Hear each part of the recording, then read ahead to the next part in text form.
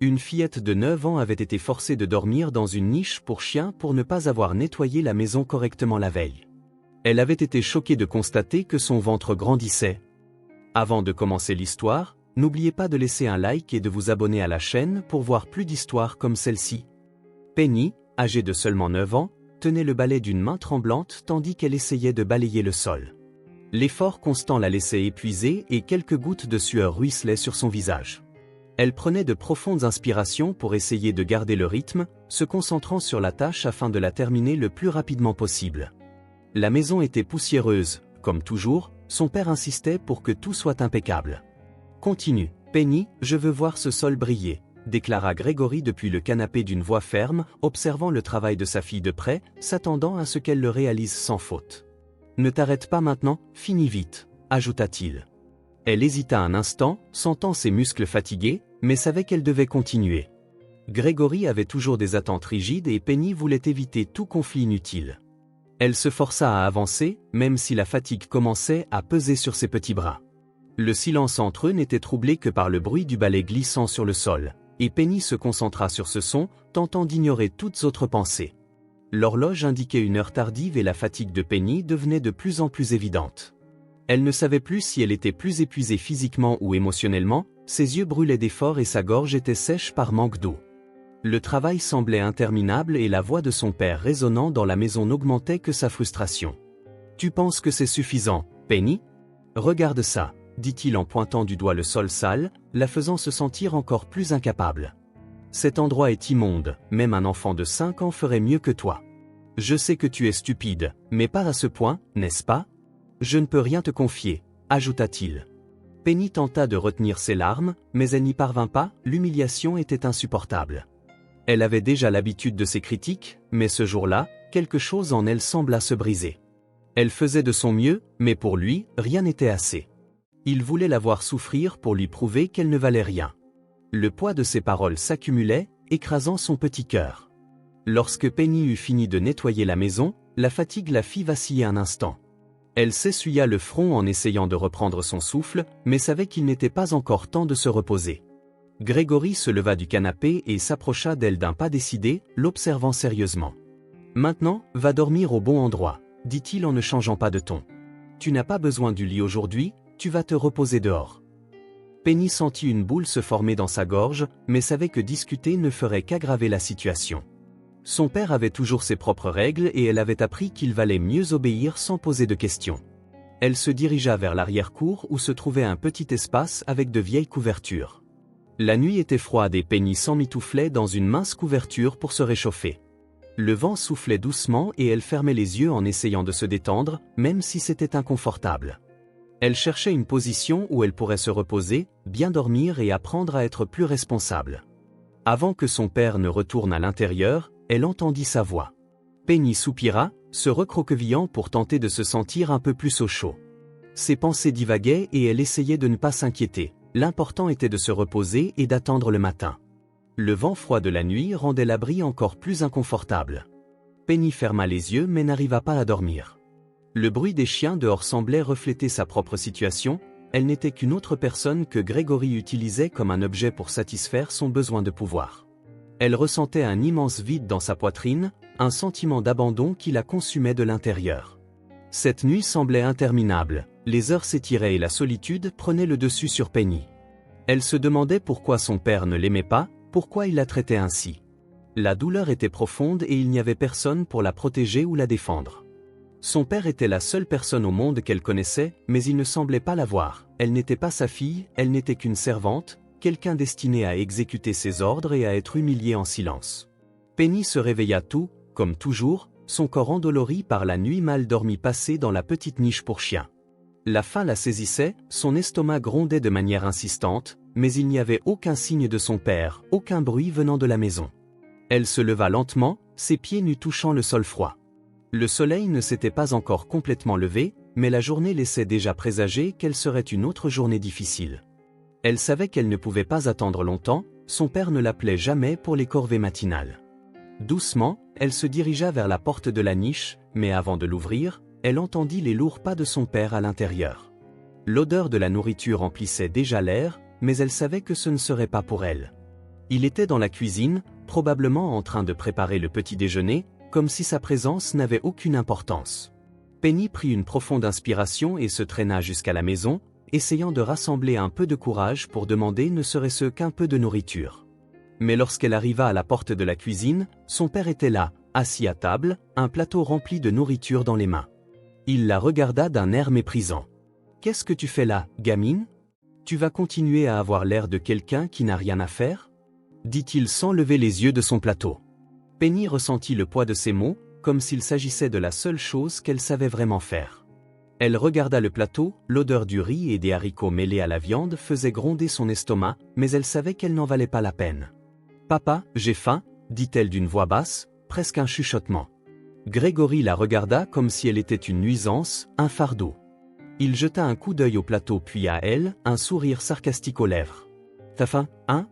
Alors nettoie la maison, et peut-être que je te donnerai un peu à manger, si tu fais vraiment l'effort. Peut-être que je te laisserai manger quelque chose. Tu as déjà vu quelqu'un affamé rester assis? Allez, au travail, espèce de fainéante, lança-t-il d'une voix dure et cruelle. Penny avala difficilement, son estomac semblait sur le point de se retourner, mais elle n'avait pas le choix. Elle regarda le plateau de nourriture une dernière fois avant de s'éloigner, honteuse à l'idée même de demander quelque chose à son père, qui la traitait comme si elle n'était rien. Il n'y avait ni affection, ni pitié. Elle passa le reste de la matinée à nettoyer la maison sans s'arrêter. Elle essuyait les surfaces, balayait le sol, et pendant tout ce temps, elle sentait le regard de son père fixé sur son dos, comme s'il attendait une erreur pour justifier une nouvelle humiliation. Elle transpirait, la chaleur du travail et la faim se mêlant en une sensation insupportable. Lorsqu'elle eut enfin terminé, elle s'approcha de la cuisine, les mains tremblantes. Son père y était, mangeant calmement. Elle s'avança lentement, n'osant pas l'interrompre, mais avant qu'elle ne puisse ouvrir la bouche pour parler, il la regarda de nouveau avec ce même air de mépris. « Quoi, encore? Tu veux encore de la bouffe? Non, non, va-t'en, gamine, tu n'en mérites pas.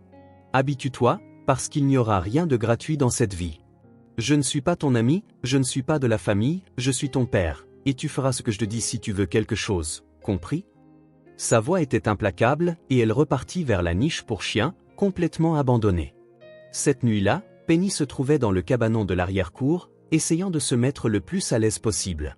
Le froid du petit matin la faisait se recroqueviller davantage sous la mince couverture. Son estomac grondait doucement, lui rappelant qu'il s'était écoulé des heures depuis son dernier repas, mais elle savait que le lendemain arriverait bientôt et qu'elle pourrait manger quelque chose.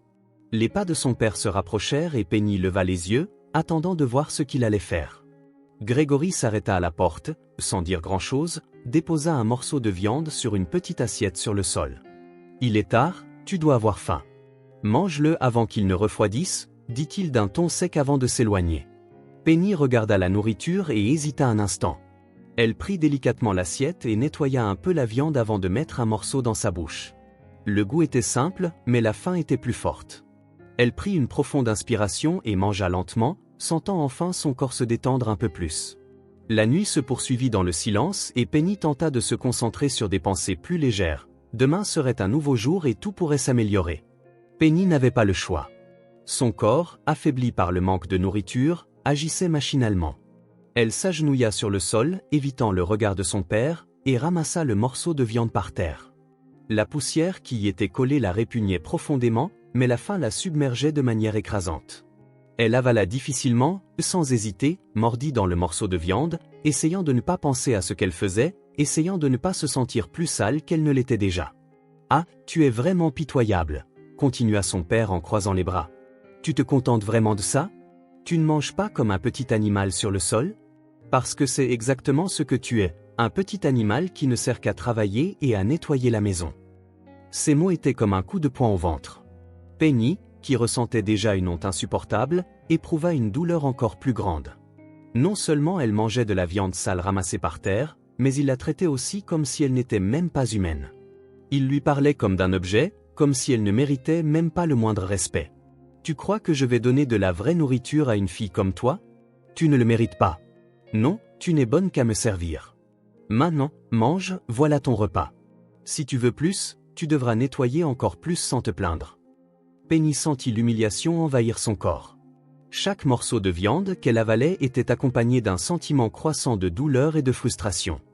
Elle voulait crier, mais savait que cela ne servirait à rien. Elle voulait jurer, mais la seule chose qu'elle put faire fut d'avaler les mots en même temps que la viande sale.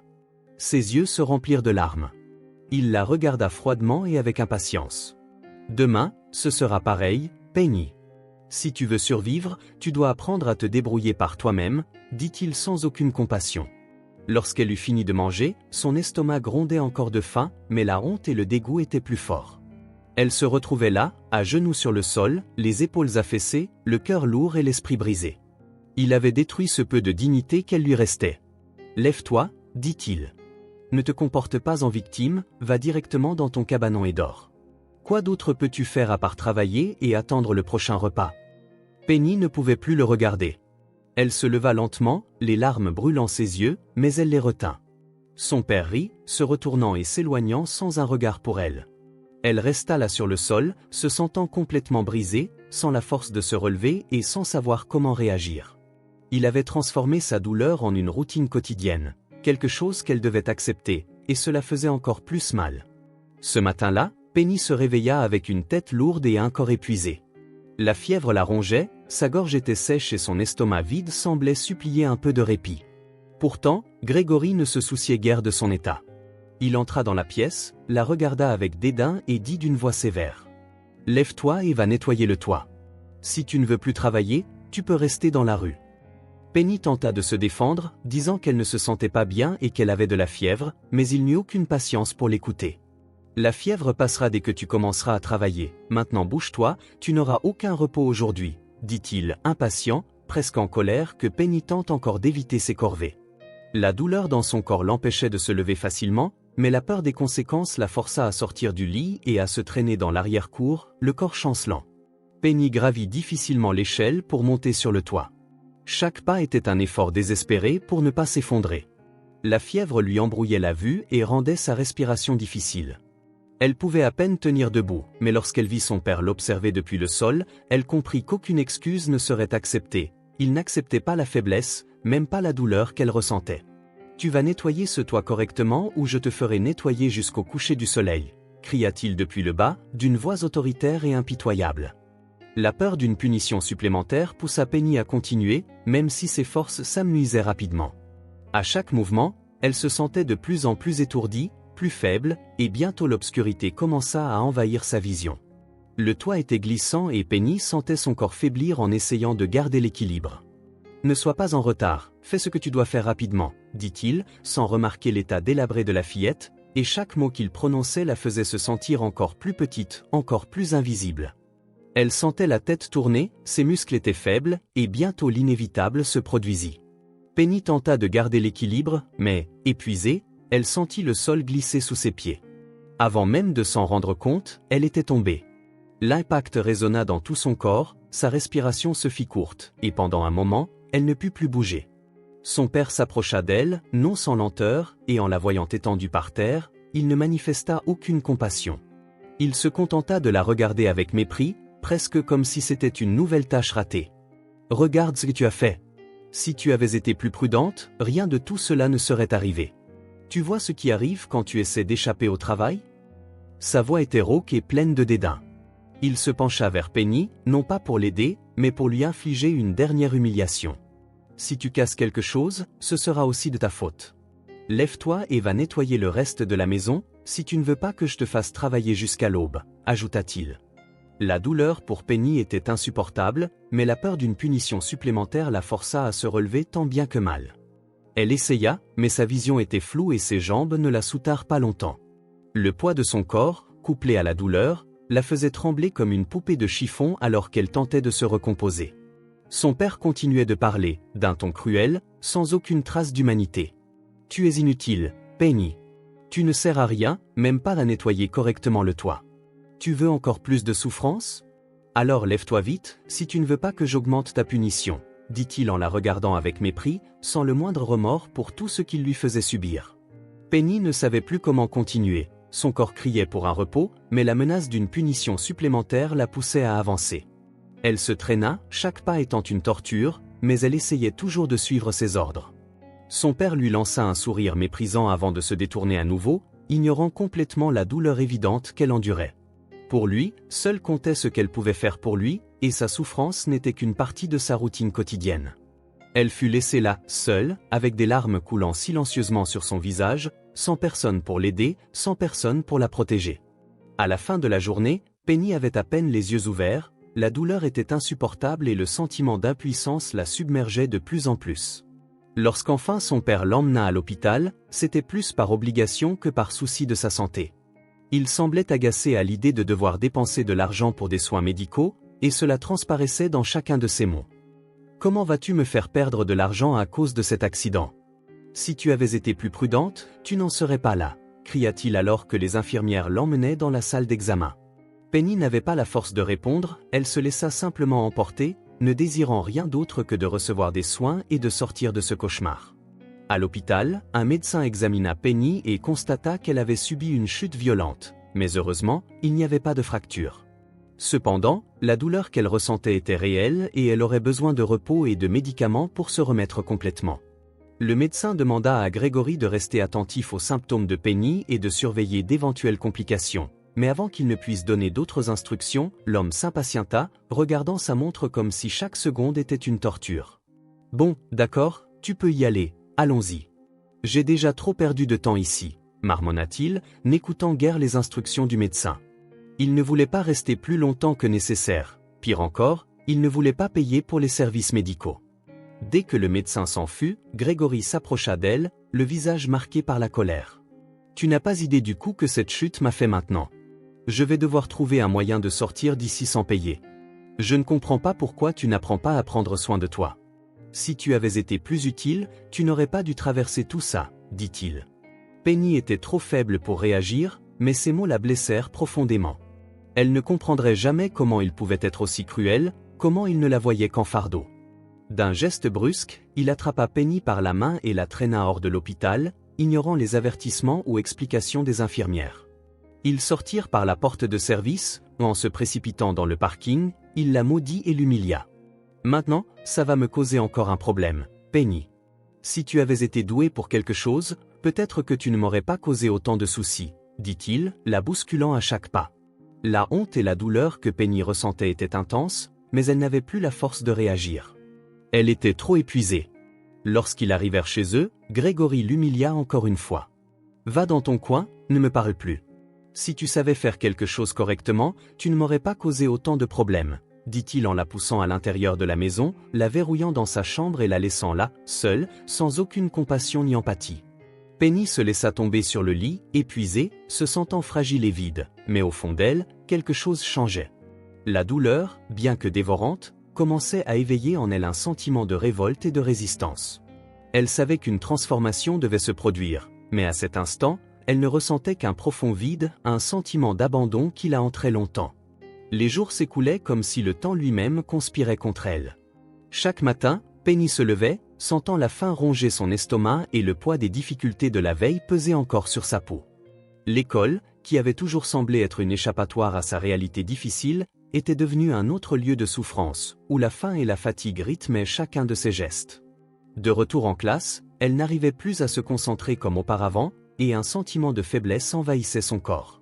Le ventre, autrefois simple et normal pour une fillette de son âge, commença à grossir. Au début, elle crut que ce n'était que l'effet du manque de nourriture, une sensation de ballonnement due à une alimentation insuffisante, mais au fil du temps, l'augmentation de son ventre devenait de plus en plus évidente. Penny se regarda dans le miroir, mêlant inquiétude et peur, mais personne ne semblait remarquer ni se soucier de son changement. Elle n'avait personne à qui en parler, et l'inconfort physique ne faisait qu'augmenter. Elle se sentait de plus en plus mal à l'aise en classe, essayant de se dissimuler pour que les autres ne la remarquent pas. Les autres enfants étaient trop préoccupés par leur propre vie, mais Penny se sentait de plus en plus isolée. L'insécurité et la peur prirent le dessus, et son esprit se mit à élaborer des théories sur ce qui pouvait bien se passer. Serait-ce une sorte de maladie ? Aurait-elle quelque chose d'incurable ? La peur était presque insupportable, terrible, et elle ne savait que faire. Lorsqu'elle rentra chez elle ce jour-là, elle ne put plus cacher la situation. Son ventre était plus visible et elle savait qu'il était temps d'affronter la vérité ou du moins d'essayer de comprendre ce qui se passait. Le cœur battant, elle s'approcha de son père qui était dans la cuisine, en train de boire. Elle hésita, la voix tremblante, ne sachant pas par où commencer. Papa, mon ventre? Il grossit, dit-elle. Il se comporte bizarrement. Je ne sais pas ce qui m'arrive, j'ai mal, et je ne sais pas si c'est normal. Son père cessa de boire et la regarda, surpris. Il ne comprenait pas ce qu'elle disait, mais quelque chose dans le ton de sa voix lui fit éprouver un sentiment de malaise. Il la fixa un moment, comme s'il tentait de mesurer la gravité de ses mots. « Que veux-tu dire par là » demanda-t-il, toujours confus. Penny sentit une boule se former dans sa gorge. Elle ne savait comment expliquer, ne savait pas si elle devait entrer dans les détails, mais la peur qu'elle ressentait lui fit comprendre qu'il était temps de révéler la vérité, même si c'était difficile. « Je crois que mon ventre grossit parce que j'ai une sorte de maladie. J'ai mal. Papa, je ne sais plus quoi faire, dit-elle, les larmes commençant à perler sur ses yeux. L'homme la regarda un instant, comme s'il assimilait ses paroles, puis son expression se changea soudainement, devenant plus dure, plus accusatrice. Il fixa Penny, les yeux plissés, comme s'il essayait de reconstituer les pièces du puzzle. Il avala difficilement, puis une idée absurde traversa son esprit. Il s'approcha rapidement d'elle, et son ton devint plus agressif. « Hein? Tu es en train de me dire que tu es enceinte ?» Il cria, la voix chargée d'incrédulité et de colère. « Tu m'as fait perdre mon temps avec ces conneries. Penny, c'est bien ça ce que tu essaies de me dire ?» Il souffla, comme s'il tentait de maîtriser la colère qui le consumait. « Qui est ce salaud qui t'a fait ça, hein? Dis-le-moi maintenant. » Penny fut paralysée, horrifiée par l'accusation. Son estomac se noua à l'idée d'être traitée de « enceinte », surtout par son propre père, quelqu'un qui ne s'était jamais soucié d'elle. La douleur de l'humiliation et de la peur était presque insupportable. Elle secoua la tête, tentant désespérément de trouver les mots pour expliquer qu'elle ne savait pas ce qui se passait. « Non, papa, je ne suis pas. Je ne sais pas, j'ai juste mal et mon ventre est bizarre, je ne sais pas ce que c'est, aide-moi, s'il te plaît, » implora-t-elle, les larmes coulant incontrôlablement. Son père la regarda un instant, et ses yeux, auparavant emplis de colère, se radoucirent légèrement, bien qu'ils fussent toujours empreints de méfiance. Il recula d'un pas, comme s'il tentait de digérer ses paroles, mais quelque chose en lui se troubla. Il était honteux de l'admettre, mais il ne savait pas non plus quoi faire face à la situation. Il ne s'était jamais soucié de Penny, mais à cet instant, quelque chose en lui vacilla. « Tu vas me dire la vérité, gamine. Ne viens pas me raconter des histoires sur cette maladie. C'est évident ce qui se passe ici et tu vas devoir t'en occuper toute seule, à tes risques et périls, » dit-il, sa voix plus contrôlée maintenant mais toujours dénuée de compassion. « Maintenant, laisse-moi tranquille, » ordonna-t-il en se détournant et en quittant la cuisine. Penny resta là, ne sachant que penser ni quoi faire. La douleur dans son ventre ne diminuait pas et la solitude semblait être sa seule compagne à cet instant. Elle voulait comprendre ce qui se passait, mais la crainte de la réaction de son père dominait ses pensées. Tout ce qu'elle ressentait, c'était la peur. Peur de l'avenir, peur de l'inconnu. Penny resta immobile un moment, tentant de comprendre les cruelles paroles que son père venait de prononcer. Elle était perdue, sans savoir où aller ni quoi faire. La peur l'envahissait et l'idée d'être accusée de quelque chose d'aussi absurde, quelque chose qu'elle ne comprenait même pas, la rendait encore plus vulnérable. Elle aurait voulu crier, protester, expliquer qu'elle n'était pas enceinte, que son ventre n'était pas le résultat de quoi que ce soit qu'elle aurait fait, mais la peur de son père la paralysait. Une fois de plus, sa voix tremblante s'éleva, les larmes ruisselant sur son visage. « Papa, je ne suis pas enceinte, je te le jure, je ne sais pas ce qui m'arrive, mais ce n'est pas ça, crois-moi, » dit-elle, chaque syllabe semblant être une tentative désespérée de se faire entendre. Elle désirait ardemment qu'il la croie, mais elle savait qu'il avait déjà tiré ses propres conclusions. L'homme la regarda avec un mépris absolu, ses yeux froids et perçants. Il se maîtrisait tant bien que mal, mais Penny pouvait voir la colère bouillonner en lui. Il n'avait aucune patience pour ses explications, ne voulait pas entendre la vérité qu'elle s'efforçait de lui transmettre. Le doute et la colère prirent le dessus et il ne voulait plus rien entendre. « Tu penses vraiment me rouler avec cette histoire, Penny ?» dit-il d'un ton dur et méprisant. « Je ne suis pas idiot. Maintenant, va t'installer ailleurs, car tu n'as plus ta place ici. » Il cria, ses yeux débordant de haine. « Je ne soutiendrai pas ce mensonge, va-t'en et ne me cherche plus jamais, » conclut-il. Penny fut paralysée, comme si le monde s'était écroulé autour d'elle. Elle ne comprenait pas ce qu'elle venait d'entendre. Il la chassait de la maison sans même lui donner une chance d'expliquer. Elle se sentit minuscule, insignifiante, complètement seule. Chaque mot qu'il prononçait était un coup direct au cœur. Elle aurait voulu crier, se révolter, expliquer qu'elle n'était pas enceinte, que son ventre n'était pas le résultat de quelque chose qu'elle aurait fait, mais sa voix se bloqua dans sa gorge. « S'il te plaît, papa, je ne fais rien de mal. Je ne sais pas ce qui m'arrive, mais je ne mens pas. J'ai besoin de toi, j'ai besoin d'aide, » implora-t-elle, les mots s'échappant avec une telle douleur qu'elle avait du mal à respirer, mais il ne voulait plus rien entendre. Ses yeux étaient froids, insensibles à la souffrance de sa fille, et il ne montrait aucune once d'empathie. D'un geste brusque, il la poussa pour qu'elle recule. « Sors d'ici !» cria-t-il avec une telle fureur que Penny se recula encore davantage. « Je ne veux plus te voir ici, Penny. Si tu penses pouvoir faire ce que tu veux, tu te trompes lourdement. Trouve-toi un autre endroit, car cette maison n'est plus la tienne, » conclut-il en se détournant, la laissant seule et sans défense. Penny ressentit la douleur du rejet comme jamais auparavant. Les mots de son père résonnaient dans son esprit et le sentiment d'abandon la consumait. Elle ne savait pas où aller, ce qu'elle allait faire. La rue était froide et inconnue, et elle, seule, n'avait plus la force d'affronter une autre nuit de solitude. Elle jeta un dernier regard à son père, espérant y trouver une once d'humanité, mais il s'était déjà refermé sur lui-même, dans son monde de colère et de mépris. Elle quitta la maison, ressentant le poids de la porte qui se refermait derrière elle comme une sentence de condamnation. Les larmes lui brouillaient la vue et le froid de la nuit l'enveloppait, mais la douleur dans son cœur était bien plus forte. Elle erra sans but, chaque pas semblant plus lourd que le précédent. Elle ressentait la faim, la fatigue, et maintenant la certitude qu'elle n'avait plus aucun refuge. Que pouvait-elle faire d'autre? Où irait-elle? Tout ce qu'elle désirait, c'était comprendre ce qui se passait avec son corps et sa vie, mais personne ne semblait vouloir l'aider. La nuit semblait plus noire que jamais et Penny ne savait plus si elle devait s'arrêter ou continuer. La peur l'envahissait, la sensation d'être perdue dans un monde qui la rejetait l'étouffait. Elle voulait en retourner chez elle, mais elle savait qu'elle n'avait plus de maison. La rue était désormais son seul refuge et les ombres qui l'entouraient reflétaient tout ce qu'elle ressentait à l'intérieur. Tristesse, solitude et abandon étaient ses seuls compagnons. Penny, le cœur lourd et les larmes aux yeux, arpentait les rues désertes à la recherche d'un abri, quelque part où elle pourrait trouver un peu de compréhension. Son esprit était embrouillé, rempli de peur et de confusion, elle ne comprenait pas ce qui se passait dans son corps et personne ne semblait disposé à l'écouter. Elle se sentait de plus en plus seule, comme si on la repoussait de tout ce qu'elle connaissait. Lorsqu'elle arriva chez sa tante, son espoir se raviva, ne serait-ce que pour un bref instant.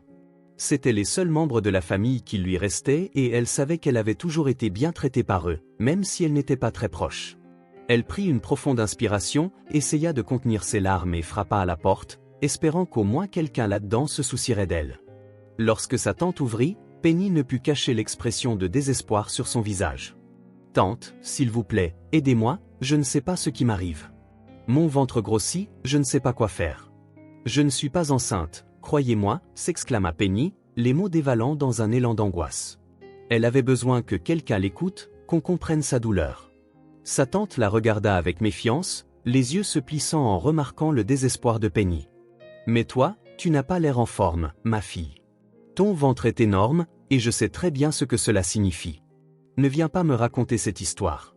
Je suis une femme, j'ai vécu cela. Tu es enceinte, il n'y a pas d'autre explication, dit-elle, la voix chargée de désapprobation. Penny essaya de protester, mais sa tante l'interrompit brutalement. Inutile de faire semblant d'être innocente. Je suis mère, je sais comment ça marche, et toi, ma fille, tu es enceinte et tu essaies de le cacher. Comment oses-tu me mentir? Si tu étais ma fille, je t'aurais remise à ta place depuis longtemps. Elle repoussa Penny loin de la porte, comme si elle ne voulait plus entendre ses paroles. Désorientée et le cœur brisé, Penny quitta la maison de sa tante, avec le sentiment que personne ne la croyait. Elle ressentait une colère grandissante en elle, mais la douleur augmentait à chaque pas qu'elle faisait. La sensation d'être rejetée se faisait de plus en plus forte, comme s'il n'y avait personne pour lui offrir de l'aide. Ne sachant pas où aller, Penny se rendit chez l'autre tante, celle d'Axe en Grave-Côté. Elles avaient toujours été un peu plus accueillantes et elle espérait qu'enfin, elle y trouverait un semblant de soutien. Elle frappa à la porte et son oncle l'ouvrit.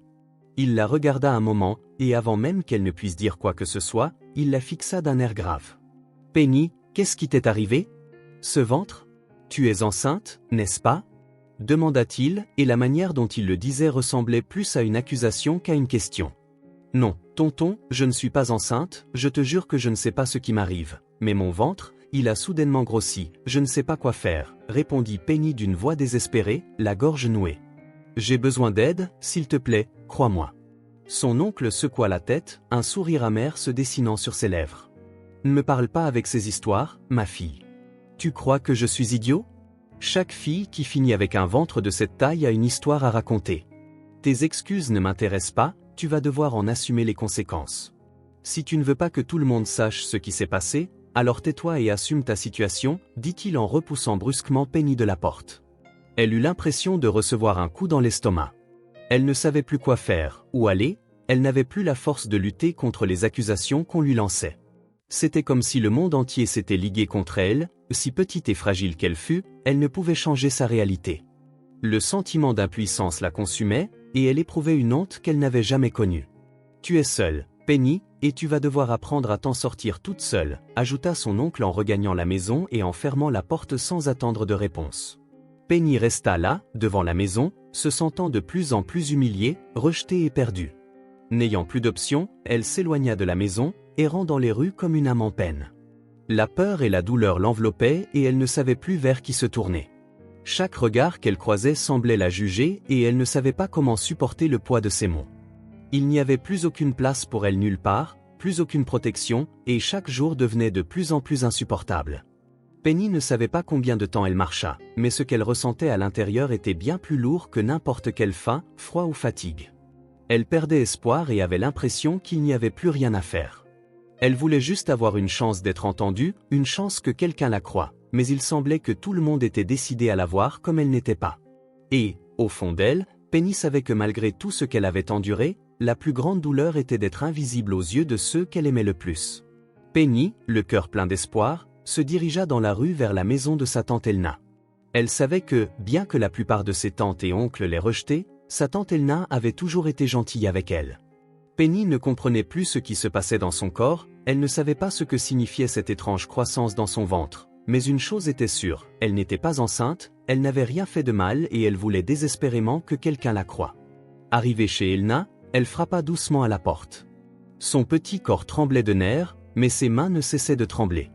Lorsque la porte s'ouvrit, tante Elna l'accueillit avec un sourire bienveillant, mais dès qu'elle remarqua le regard triste et angoissé de Penny, son expression se fit inquiète. « Penny, que se passe-t-il, ma chérie? Tu as l'air si abattue, viens, entre, raconte-moi tout, dit-elle. Penny entra lentement, avec hésitation, et s'assit à côté d'Elna sur le canapé. Elle essaya de rassembler ses forces pour parler, mais les mots semblaient difficiles à sortir. « Tante, mon ventre, il a grossi, mais je ne sais pas ce qui s'est passé. »« Je n'ai rien fait de mal, tante Elna, je te jure que je ne suis pas enceinte, » dit Penny d'une voix tremblante, les yeux pleins de larmes qui menaçaient de couler. Elna la regarda, préoccupée, ne sachant que dire. « Mais Penny, ma chérie, es-tu sûre de ce que tu dis? Ne me trompe pas, s'il te plaît. Tu sais que si quelque chose se passait, tu pouvais tout me dire, je suis ta tante, tu peux me faire confiance, dit-elle, essayant d'être prudente, mais le doute se lisait sur son visage. Je ne suis pas enceinte, tante, je te jure, répéta Penny désespérée. Je n'ai rien fait de mal, c'est juste que mon ventre a grossi, mais je ne sais pas ce qui s'est passé. À ce moment-là, Jonas, le cousin de Penny âgé de 17 ans et qui était toujours présent, entra dans la pièce. Il la regarda avec suspicion et réalisa bientôt que l'atmosphère était tendue. « Que se passe-t-il ici? Pourquoi Penny est-elle si bouleversée ?» demanda-t-il brusquement. Elna tenta d'expliquer la situation. Elle m'a dit qu'elle ne sait pas ce qui lui arrive, que son ventre a soudainement grossi. J'essaie de comprendre. Jonas, mais c'est difficile à croire, intervint Jonas en s'approchant et en observant Penny avec un air sérieux, analysant chaque détail d'elle avant de parler sur un ton catégorique. Je sais exactement ce qui se passe, maman. Elle est enceinte, il n'y a pas d'autre explication. Il ne sert à rien de le nier, elle ment. Penny, choquée, le regarda. Non, Jonas, je ne suis pas enceinte. Je n'ai jamais rien fait, je te le jure, essaya-t-elle de se défendre, mais l'affirmation de Jonas semblait être la seule chose qu'il entendait. Il la regarda avec dédain. C'est évident, Penny, il n'y a aucun intérêt à le cacher. Tout le monde sait ce qui se passe quand une fille de ton âge commence à agir ainsi. Tu as fait quelque chose, et maintenant tu essaies de le dissimuler, mais il n'y a aucun moyen de le nier. Elna, visiblement mal à l'aise, commença à regarder Penny différemment. La confiance qu'elle avait en elle vacilla. Penny, dis-moi, tu affirmes n'avoir rien fait, mais les preuves sont là, non? Regarde ton ventre, comment expliques-tu cela alors? Pleura Penny, désespérée. Je n'ai rien fait de mal. Je ne sais pas ce qui s'est passé, supplia-t-elle, sa voix brisée et ses larmes coulant sans arrêt. Mais l'expression d'Elna avait déjà changé. Elle jeta un regard à son fils Jonas et sembla méditer ses paroles. Enfin, avec un profond soupir, elle parla. Je ne sais plus quoi penser, Penny. Ce n'est pas que je ne veuille pas te croire, je ne sais plus quoi faire. Jonas a raison sur certains points, et je ne peux pas l'ignorer. J'ai besoin que tu sois honnête avec moi, ma fille, je ne peux plus te protéger si tu ne me dis pas la vérité. Penny eut l'impression que le sol se dérobait sous ses pieds. Sa tante, la seule personne en qui elle avait vraiment confiance, la rejetait maintenant en disant qu'elle n'était pas honnête. Le cœur brisé, Penny se leva lentement. Je ne sais plus quoi faire. Je voulais juste que quelqu'un me croie, je n'ai rien fait de mal, j'ai juste besoin d'aide. Jonas, d'un geste impatient, la poussa vers la porte. Sors, Penny, ça ne sert à rien de venir ici en mentant. Maintenant, la meilleure chose à faire est de sortir de ma maison, va essayer de duper quelqu'un d'autre, parce qu'il n'y a pas de place pour les menteurs ici. Penny ressentit une douleur profonde. Le rejet de tous ceux qui l'entouraient la brisait, tel un lourd fardeau. Elle quitta la maison d'Elna, les larmes encore coulant sur son visage, mais son cœur restait plein d'un espoir tenace qu'au moins quelqu'un finirait par la croire. Mais la réalité était cruelle, frappant à sa porte et semblant inaudible. Elle erra dans les rues désertes, l'esprit en tourbillon, ne sachant plus où aller, que lui était-il arrivé, que se passait-il dans son corps, pourquoi personne ne la croyait-il? Elle leva les yeux vers le ciel, se sentant complètement perdue, comme si personne au monde ne pouvait comprendre ce qu'elle traversait, et, sans plus aucune force, elle s'effondra sur un banc de parc en pleurant, seule, le poids du monde sur ses frêles épaules. Pendant ce temps, ailleurs, Rachel, une infirmière dévouée, était nerveuse depuis le début de son service, sans pouvoir identifier la raison. C'était une journée ordinaire à l'hôpital, comme tant d'autres, où elle était habituée à gérer des situations difficiles. La pression était élevée, mais elle avait toujours su comment s'en sortir. Son travail consistait à prendre soin des patients avec le plus grand soin, et elle avait toujours eu confiance en ses capacités. Cependant, ce jour-là, quelque chose en elle était différent. Rachel ne pouvait pas l'expliquer, mais c'était comme si un nuage planait au-dessus de sa tête, rendant chaque décision lourde et chaque mouvement incertain. Peut-être était-ce la fatigue accumulée, peut-être la frénésie de l'hôpital qui exigeait bien plus d'elle que ce que son corps et son esprit pouvaient supporter. Lorsque vint le moment de médication pour M. Zakim, Rachel vérifia rapidement l'ordonnance, sans se rendre compte de l'erreur, administra la dose. Rachel partit vérifier la paperasse, et Zakim l'appela. Rachel se précipita vers le chevet de Zakim, essayant d'agir avant que les symptômes n'apparaissent. « Monsieur Zakim, comment vous sentez-vous » demanda-t-elle, luttant pour garder sa voix calme alors que la panique envahissait son esprit. Zakim, qui jusque-là semblait calme, se mit à froncer les sourcils et à se plaindre d'un étrange malaise. « Mon cœur, il bat trop vite, infirmière, tout va bien » demanda-t-il, la voix déjà tremblante. Rachel tenta de le rassurer, mais savait que le temps n'était pas de son côté. « Tout va bien, monsieur Zakim, je vais appeler un médecin tout de suite, juste un instant, répondit-elle, mais sa voix ne pouvait dissimuler son anxiété. Avant même qu'elle ne puisse faire un pas, il posa ses mains sur sa poitrine et se mit à respirer difficilement. La scène qui suivit sembla se dérouler au ralenti et en même temps comme dans un tourbillon. Le corps de Zakim se mit à se tordre violemment, ses yeux se roulèrent en arrière, et il tomba en arrière en commençant à convulser. « Au secours, quelqu'un, aidez-moi » cria Rachel, sa voix résonnant dans les couloirs alors qu'elle tentait de retenir le patient pour l'empêcher de se blesser. D'autres infirmières accoururent, mais les convulsions de Zakim ne montraient aucun signe d'arrêt. « Il convulse, il faut le stabiliser immédiatement » cria l'un des médecins qui venait d'arriver dans la salle. Cependant, Rachel ne pouvait détacher ses yeux de Zakim. Le bruit de son corps s'écrasant sur la civière, son visage déformé par l'agonie, et la désespérance dans ses yeux la faisaient se sentir minuscule, impuissante et terrifiée. Alors que les médecins tentaient de contenir la situation, Rachel savait que le pire était à venir. Le cœur de Zakim se mit à ralentir brusquement, et le moniteur cardiaque émit ce son continu qui annonçait ce que tout le monde craignait. « Arrêt cardiaque. Réanimons-le » ordonna le médecin, mais Rachel pouvait à peine bouger. Elle se sentait prisonnière de son propre corps, regardant la scène comme si elle était spectatrice d'un cauchemar. « Rachel, dégage d'ici, tu es dans le chemin » dit l'infirmière-chef en la repoussant, tandis que l'équipe tentait d'inverser la situation. Mais, au fond d'elle, Rachel savait que le temps qu'elle avait perdu en administrant la mauvaise dose était désormais irrémédiable. Quelques minutes plus tard, le médecin secoua la tête, vaincu. Heure du décès, 10h40, annonça-t-il, tandis que les autres professionnels s'éloignaient lentement. Le corps de Zakim était immobile, sans vie, et le silence dans la salle était assourdissant. Rachel fit un pas en arrière, le visage pâle et les yeux embués de larmes. Elle voulait dire quelque chose pour se justifier, mais aucun mot ne semblait suffire. Elle savait que c'était entièrement de sa faute. « Qu'as-tu fait ?» demanda l'infirmière-chef à Rachel, avec un regard mêlant choc et désapprobation. La nurse avala difficilement, les larmes coulant enfin sur son visage. « J'ai administré la mauvaise dose, c'était une erreur, je ne voulais pas que cela se produise, » répondit-elle, mais sa voix était presque inaudible tandis que les autres infirmières et médecins la regardaient. Rachel se sentit s'enfoncer. L'erreur qu'elle avait commise avait non seulement coûté la vie d'un patient, mais elle avait également ruiné sa carrière, sa dignité, et tout ce qu'elle avait bâti jusqu'alors. Elle savait qu'elle n'oublierait jamais ce moment, la vision de Zakim convulsant et mourant devant ses yeux. Le poids de la culpabilité était insupportable, et Rachel savait que sa vie ne serait plus jamais la même. Le reste du service fut un supplice silencieux. Rachel avait du mal à penser clairement, essayant de se concentrer sur d'autres tâches, mais son cœur était lourd, son esprit en miettes. Les regards de ses collègues, les murmures entre médecins et infirmières, tout lui faisait sentir encore plus coupable.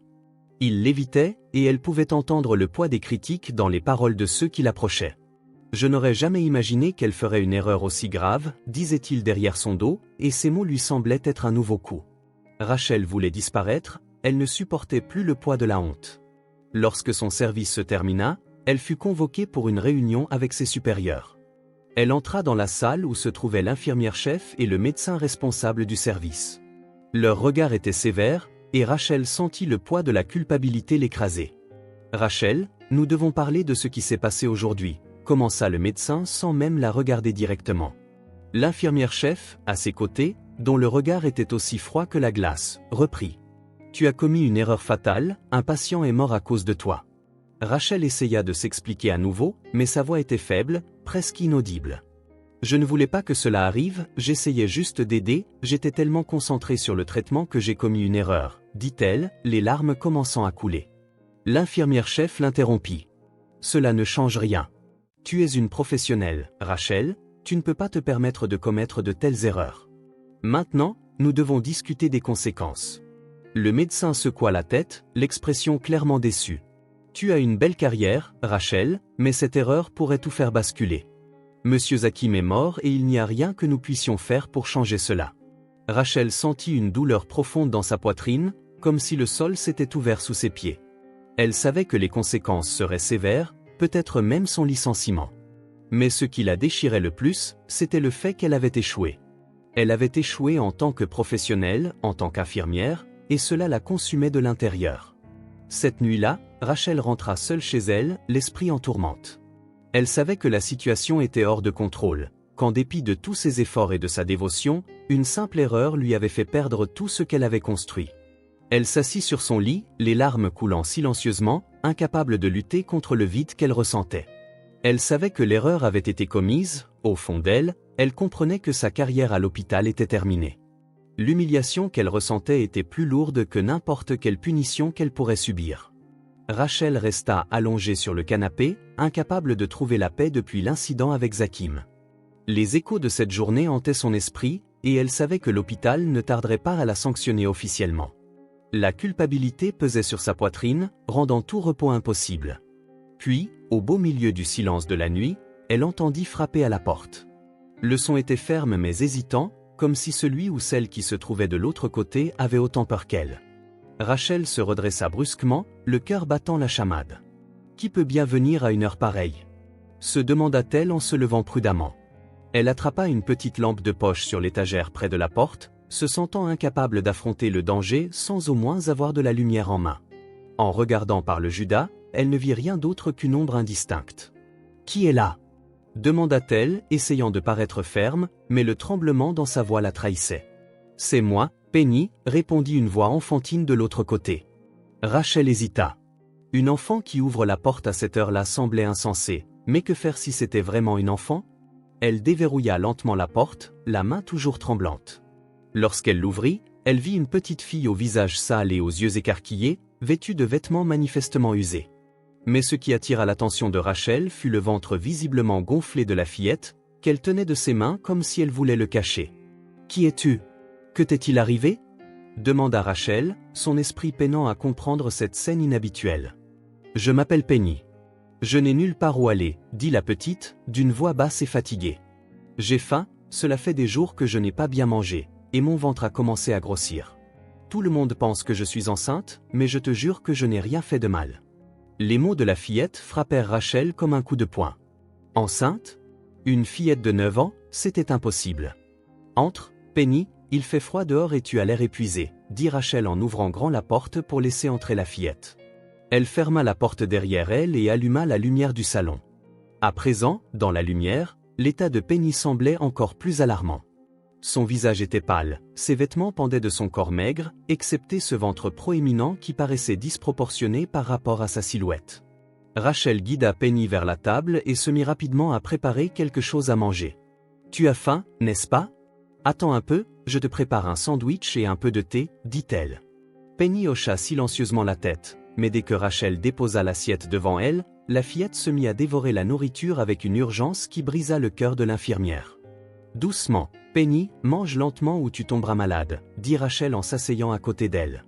Après que la fillette eut fini de manger, Rachel attrapa une serviette et quelques vêtements propres qu'elle avait chez elle. « Tu es sale, ma chérie. Va prendre une douche pendant que je réfléchis à ce que nous pouvons faire pour t'aider, dit-elle. « D'accord, répondit Penny, et, bien que visiblement méfiante, se dirigea vers la salle de bain. Pendant que Penny prenait sa douche, Rachel s'assit sur le canapé, essayant d'organiser ses pensées. Il était évident que quelque chose de très grave était arrivé à cette fillette, une enfant seule, affamée, accusée d'être enceinte, rien n'avait de sens, et ce ventre, était-ce vraiment une grossesse? Rachel savait qu'elle devrait mobiliser toute son expérience médicale pour découvrir la vérité et aider Penny. Lorsque Penny sortit de la salle de bain, vêtue de vêtements propres, Rachel l'appela à s'asseoir de nouveau. « Penny, j'ai besoin de comprendre ce qui t'est arrivé. Peux-tu me raconter ton histoire ?» demanda-t-elle. La fillette hésita, puis commença à parler. « Mon père, il pensait que j'étais enceinte. Il disait que c'était une honte pour la famille et il m'a chassée de la maison. J'ai essayé d'aller chez ma tante, mais eux aussi disaient que j'étais enceinte et ne me croyaient pas.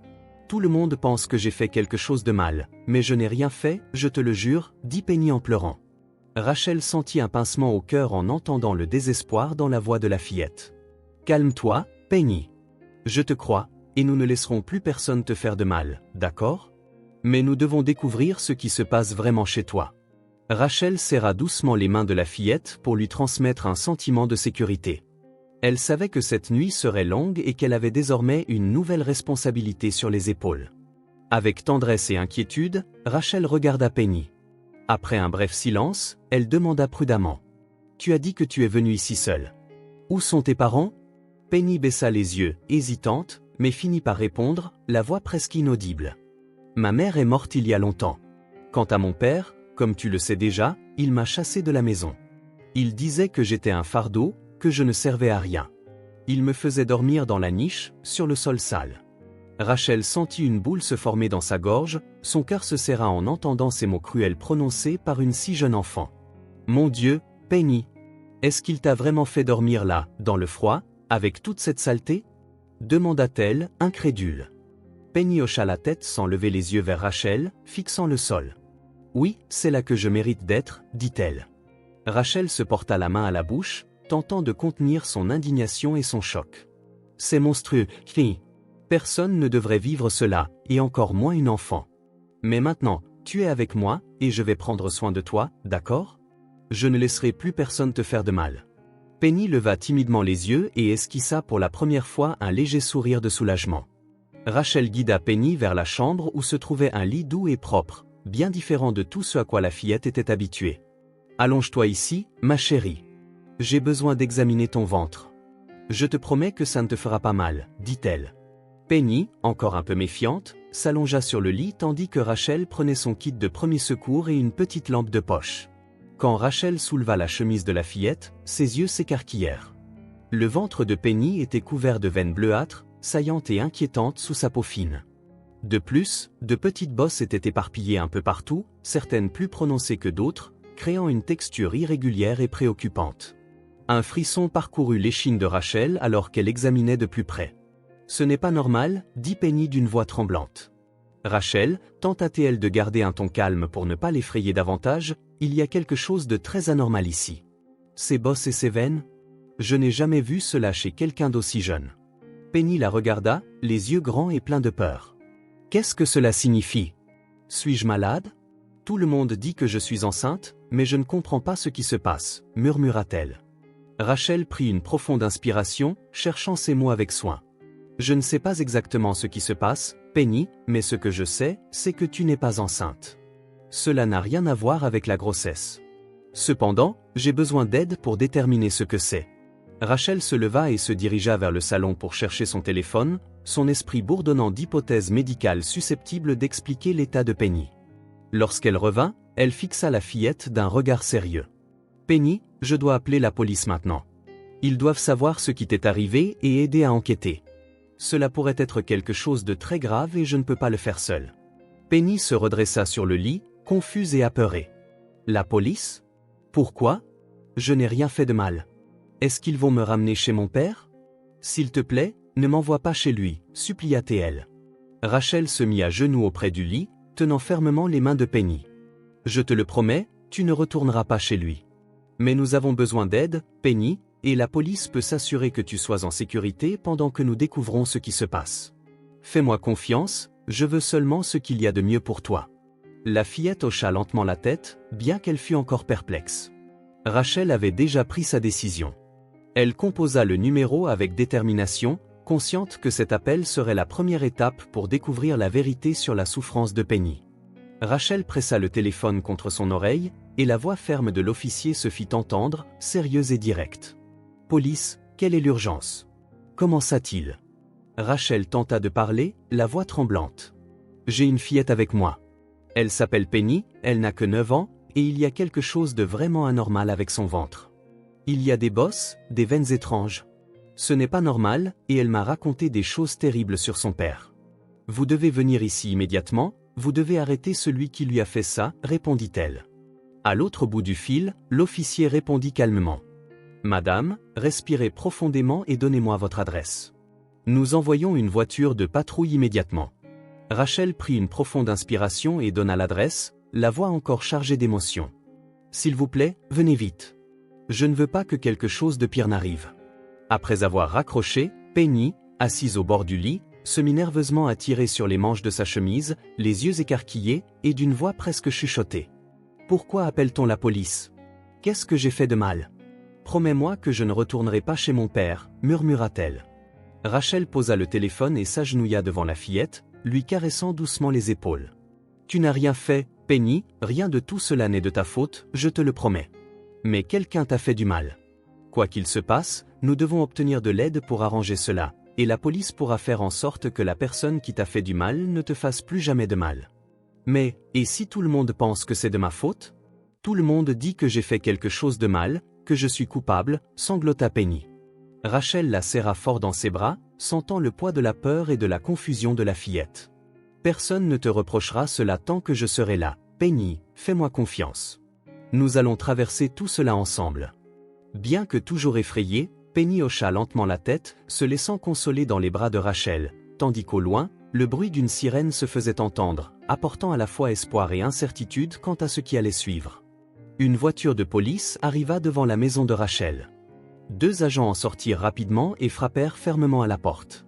Rachel l'ouvrit, toujours tenant la main de Penny, dont les yeux étaient rouges et gonflés à force de pleurer, les lèvres pincées, incertaine de ce qui allait se passer. L'un des agents, un homme d'âge moyen à l'expression grave, se pencha pour parler directement à Penny. « Bonjour, je m'appelle Marcelo. Peux-tu me raconter ce qui s'est passé ? Nous sommes là pour t'aider. » Penny jeta un regard à Rachel, cherchant du courage. Puis, avec un soupir lourd, elle commença à parler, sa voix timide mais chargée de douleur. « Je dormais dans la niche. Le sol était couvert de crottes et j'avais froid. Mon père m'a envoyé là quand je ne faisais pas ce qu'il voulait. Il ne me donnait pas de vraie nourriture. Parfois, je restais toute la journée sans rien manger. » Marcelo échangea un regard sérieux avec sa collègue, une agente nommée Renata. « Ce que Penny dit est dévastateur, Et le ton de sincérité dans sa voix ne peut être ignoré, dit Renata en s'approchant doucement. Elle demanda d'une voix douce. Penny, ton père t'a-t-il déjà fait d'autres choses? T'a-t-il blessé d'une quelconque manière? Penny hocha lentement la tête. Il ne me frappait pas beaucoup, mais il criait toujours, disant que j'étais inutile, que j'aurais mieux fait de ne jamais être née, répondit-elle.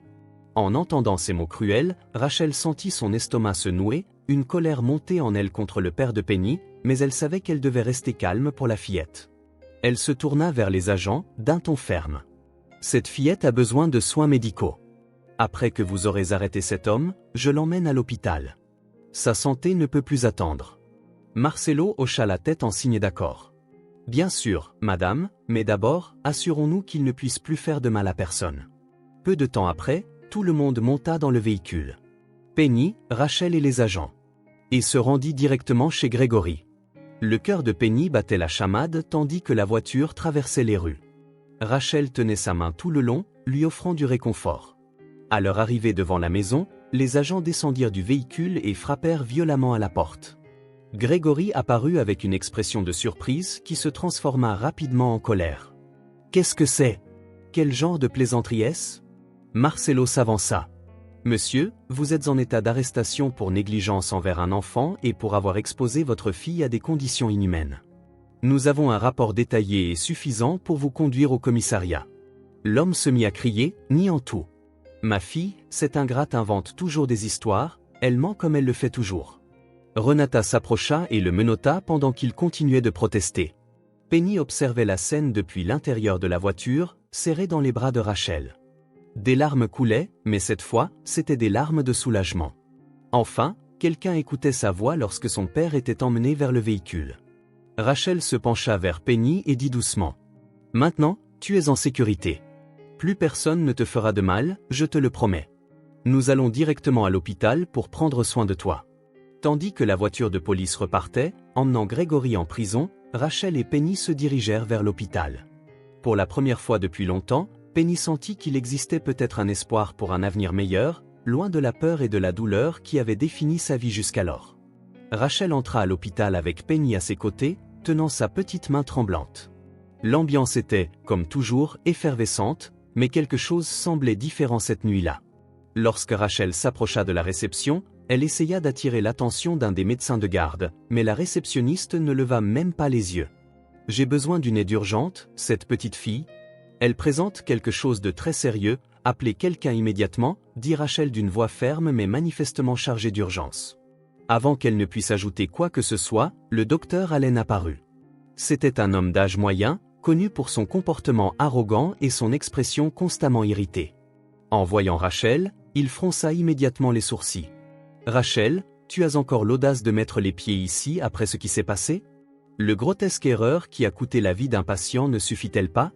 Tu devrais être chez toi en attendant ton renvoi, pas ici à te prendre pour une héroïne. » Rachel sentit son sang se glacer à ces mots, ses yeux se remplirent de larmes qu'elle réprima en serrant la main de Penny pour puiser de la force. « J'ai commis une erreur, docteur, et je la porte chaque jour, mais cette petite fille est en danger et a besoin d'aide maintenant.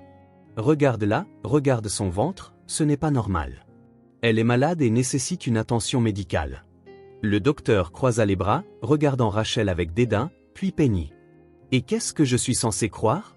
Que vous avez amené cet enfant pour susciter la sympathie et essayer de sauver votre réputation? Ne me faites pas rire. » Rachel, Penny, effrayée et confuse, se cacha partiellement derrière Rachel. Celle-ci, quant à elle, sentit grandir en elle l'indignation. Elle fit un pas en avant, ignorant le poids des paroles du médecin. « Je ne vous demande pas une faveur, docteur, j'exige que vous fassiez votre travail et que vous examiniez cet enfant. Peu importe ce que vous pensez de moi, elle ne peut pas payer pour votre orgueil.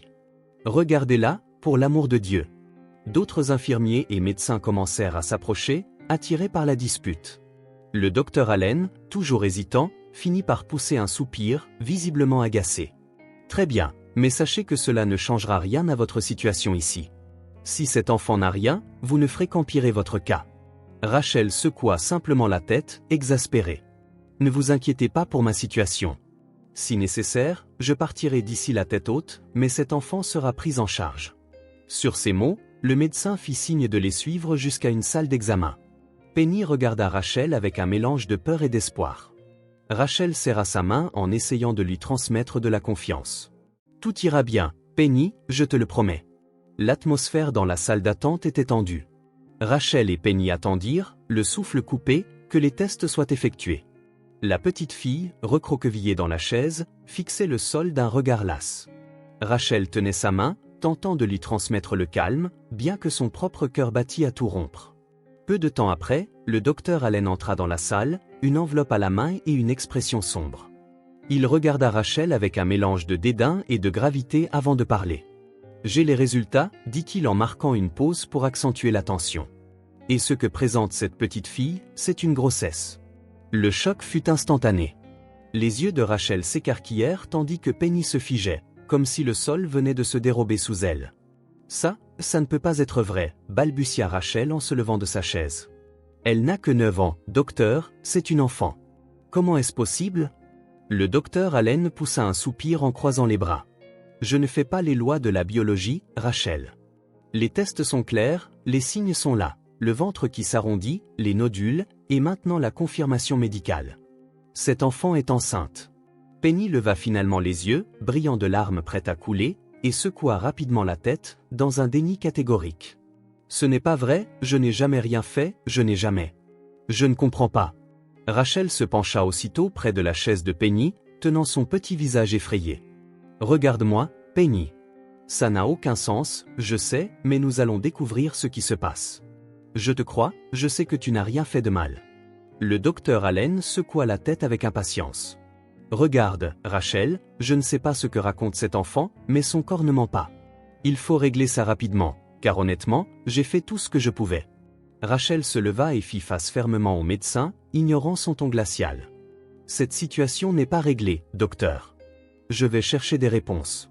Je vais me battre pour cet enfant, mais sachez que la manière dont vous traitez un enfant dans une situation vulnérable est répugnante. » Le médecin haussa les épaules et quitta la salle, laissant Rachel et Penny seules au milieu du tumulte émotionnel. Penny se mit à pleurer doucement tandis que Rachel la serrait dans ses bras. « Je suis là, Penny, tu n'es pas seule. Nous allons découvrir ce qui se passe, je te le promets. » Rachel arriva chez elle avec Penny, encore sous le choc de tout ce qui s'était passé à l'hôpital.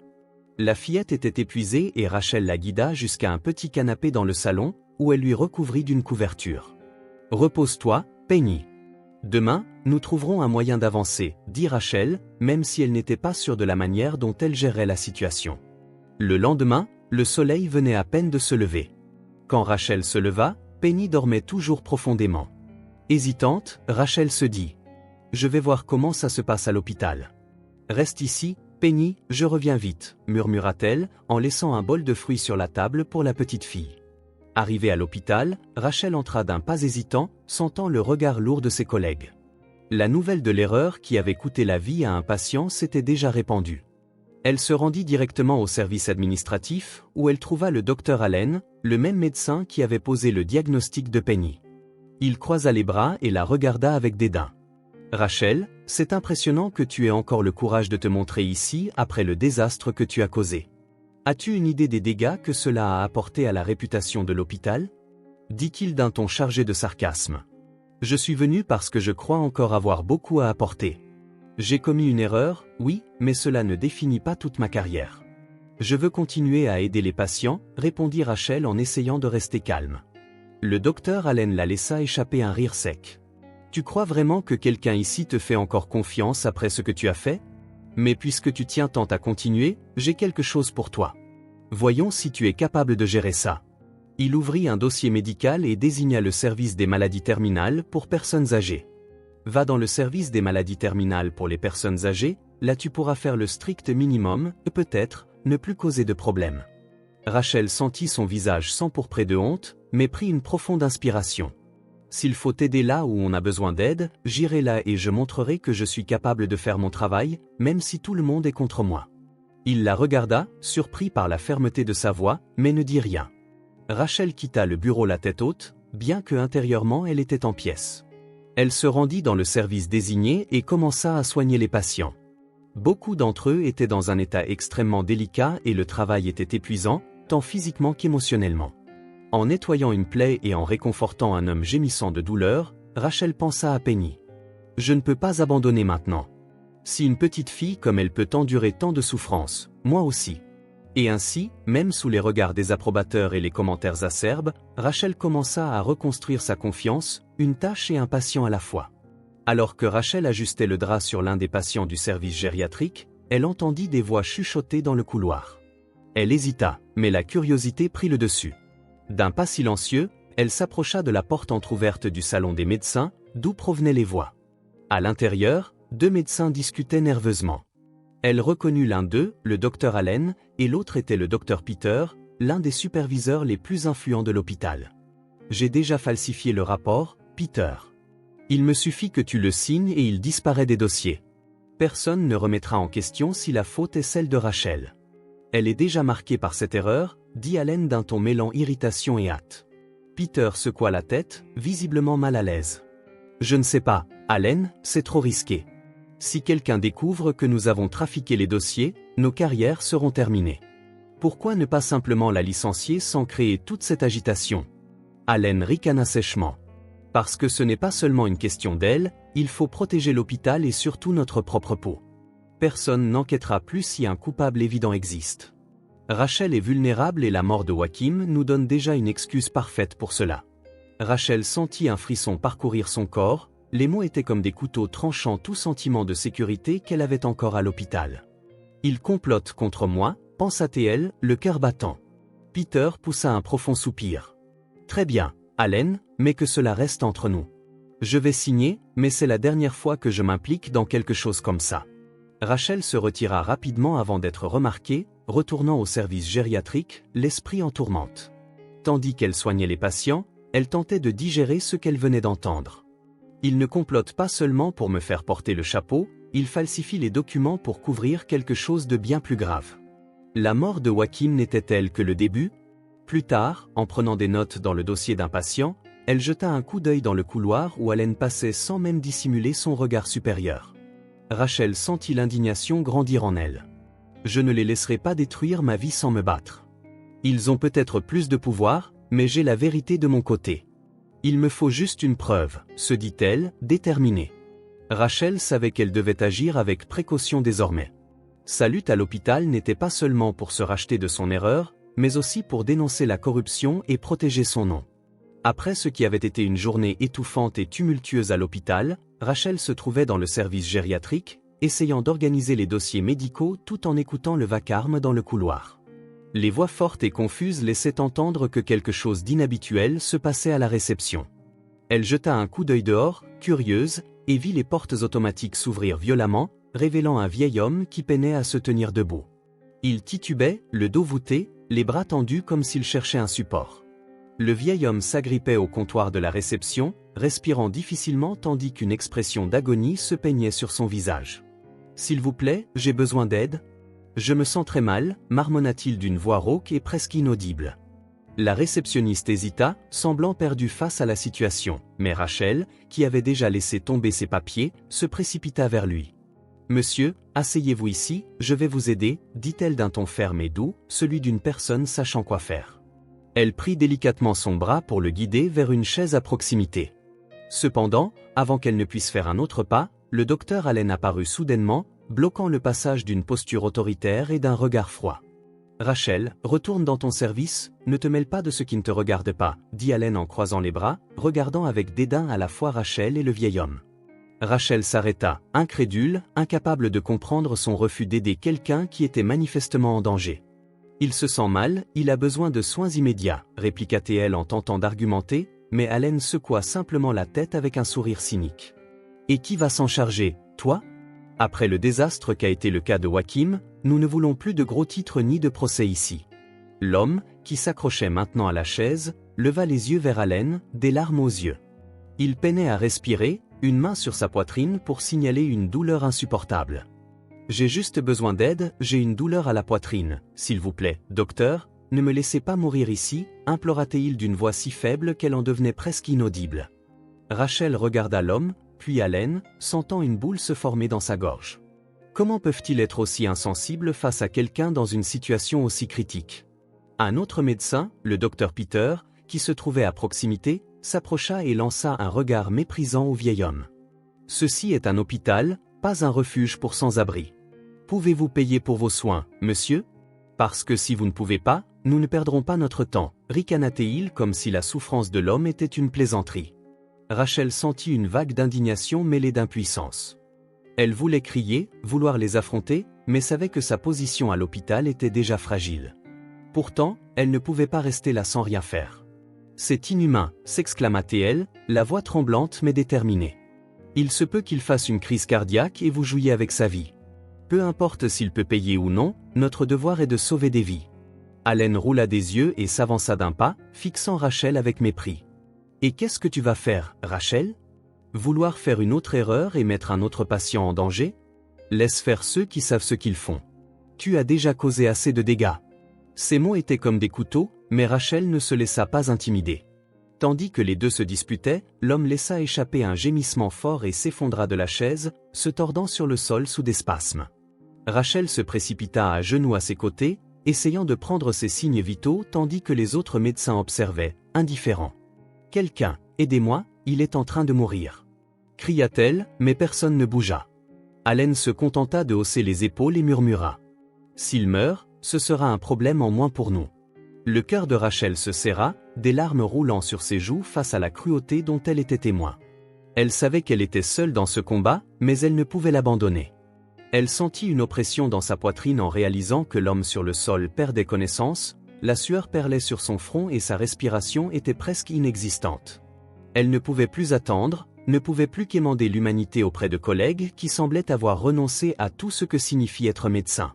Dans un geste impulsif et désespéré, elle scruta les environs et aperçut une civière vide près de la salle de triage. « Ça suffit », dit-elle avec une fermeté qu'elle ne se connaissait pas, ignorant les regards choqués et les murmures de désapprobation. Elle souleva rapidement l'homme de toutes ses forces, soutenant son corps sur ses épaules frêles. Son poids faillit la faire tomber, mais l'adrénaline et l'indignation la maintinrent stable. « Je vais m'en occuper, avec ou sans vous », déclara-t-elle en le traînant vers la civière. Allen fit quelques pas en avant, pointant son doigt vers elle, la voix chargée de reproches. « Rachel, tu sais que tu vas à l'encontre du protocole. S'il se passe quelque chose, il n'y aura pas de seconde chance. Ta carrière est déjà sur le fil, et tu creuses ta propre tombe, » cria-t-il pour tenter de l'intimider. Peter se joignit à lui en riant sarcastiquement. « Laisse-la faire si elle veut ruiner le reste de sa vie pour un sans-abri, tant pis. Elle apprendra à ses dépens. » Rachel, cependant, ne fléchit pas. La colère qu'elle éprouvait à ces mots ne fit que renforcer sa détermination. « Si vous ne comptez rien faire, au moins, écartez-vous de mon chemin, » répliqua-t-elle, poussant déjà la civière vers une salle d'examen. Pendant ce temps, l'homme laissait échapper de petits gémissements, signe qu'il restait encore un peu de temps, mais pas beaucoup. Chaque seconde était cruciale. Le couloir semblait interminable, et Rachel sentait ses jambes faiblir, mais elle ne s'arrêta pas. « J'ai juré de sauver des vies, c'est pour cela que je suis ici, non pas pour calculer qui mérite de vivre ou de mourir en fonction de ce qui se trouve sur leur compte en banque, » se murmura-t-elle, tentant de se convaincre qu'elle faisait ce qui était juste. Quand elle arriva enfin dans la salle, elle se mit à préparer le matériel d'urgence. Les autres médecins continuaient d'observer de loin, chuchotant et échangeant des regards désapprobateurs. Une infirmière s'approcha, hésitante, mais avec une lueur de solidarité. « Docteur Rachel, êtes-vous sûr de ce que vous faites ? Ils disent qu'ils vont vous signaler à l'administration, cela pourrait mettre fin à votre carrière, » dit-elle en tenant un plateau avec des instruments. Rachel la regarda, le visage marqué par la détermination. « Je préfère perdre ma carrière que ma conscience. Passons à l'action. » Alors que Rachel commençait les procédures, Allen apparut à la porte, croisant les bras avec un sourire ironique. « Très bien, Rachel, faites ce que vous voulez, mais quand il mourra, le sang sera sur vos mains. Bonne chance pour expliquer cela au conseil. » Rachel sentit le poids de ces mots mais refusa de se laisser ébranler. Elle ajusta le moniteur cardiaque, initia le soutien ventilatoire et commença à administrer les médicaments nécessaires. Les minutes passaient comme des heures, mais Rachel parvint finalement à stabiliser l'homme. Le moniteur indiquait des signes vitaux réguliers et il ouvrit les yeux, bien qu'encore trop faible pour parler. Rachel poussa un soupir, des larmes roulant sur ses joues, se disant qu'au moins, pour l'instant, elle avait réussi. En quittant la salle pour aller chercher de l'eau, elle rencontra à nouveau Allen, désormais plus irrité que cynique. « Tu n'apprends vraiment rien, n'est-ce pas ? Cela va mal finir pour toi, Rachel. » Je vais m'assurer que le conseil sache tout. Tu te crois une sorte de héros? Il dit cela d'un ton arrogant. Rachel, épuisée mais inébranlable, le regarda simplement. Je ne suis pas un héros, Allen. Je suis juste une médecin qui se souvient encore des raisons pour lesquelles j'ai choisi cette profession. Vous devriez essayer de vous en souvenir aussi. Plus tard, Rachel fut convoquée dans la salle du conseil, tard dans l'après-midi, après une journée de travail tumultueuse. Chaque pas qu'elle faisait dans les couloirs de l'hôpital semblait peser une tonne et les regards jugeurs des autres médecins la suivaient comme des ombres. Arrivée dans la salle, elle trouva 3 membres du conseil l'attendant, leurs expressions trahissant que le verdict avait déjà été décidé avant même le début de la réunion. « Rachel, veuillez vous asseoir », dit le chef du conseil en ajustant ses lunettes.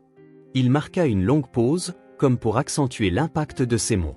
« Nous avons analysé les événements d'aujourd'hui et il est évident que votre comportement est totalement en dehors des normes attendues d'une professionnelle dans cet hôpital. Les plaintes se sont accumulées, et l'incident récent avec le patient Joachim en fut la goutte d'eau qui a fait déborder le vase.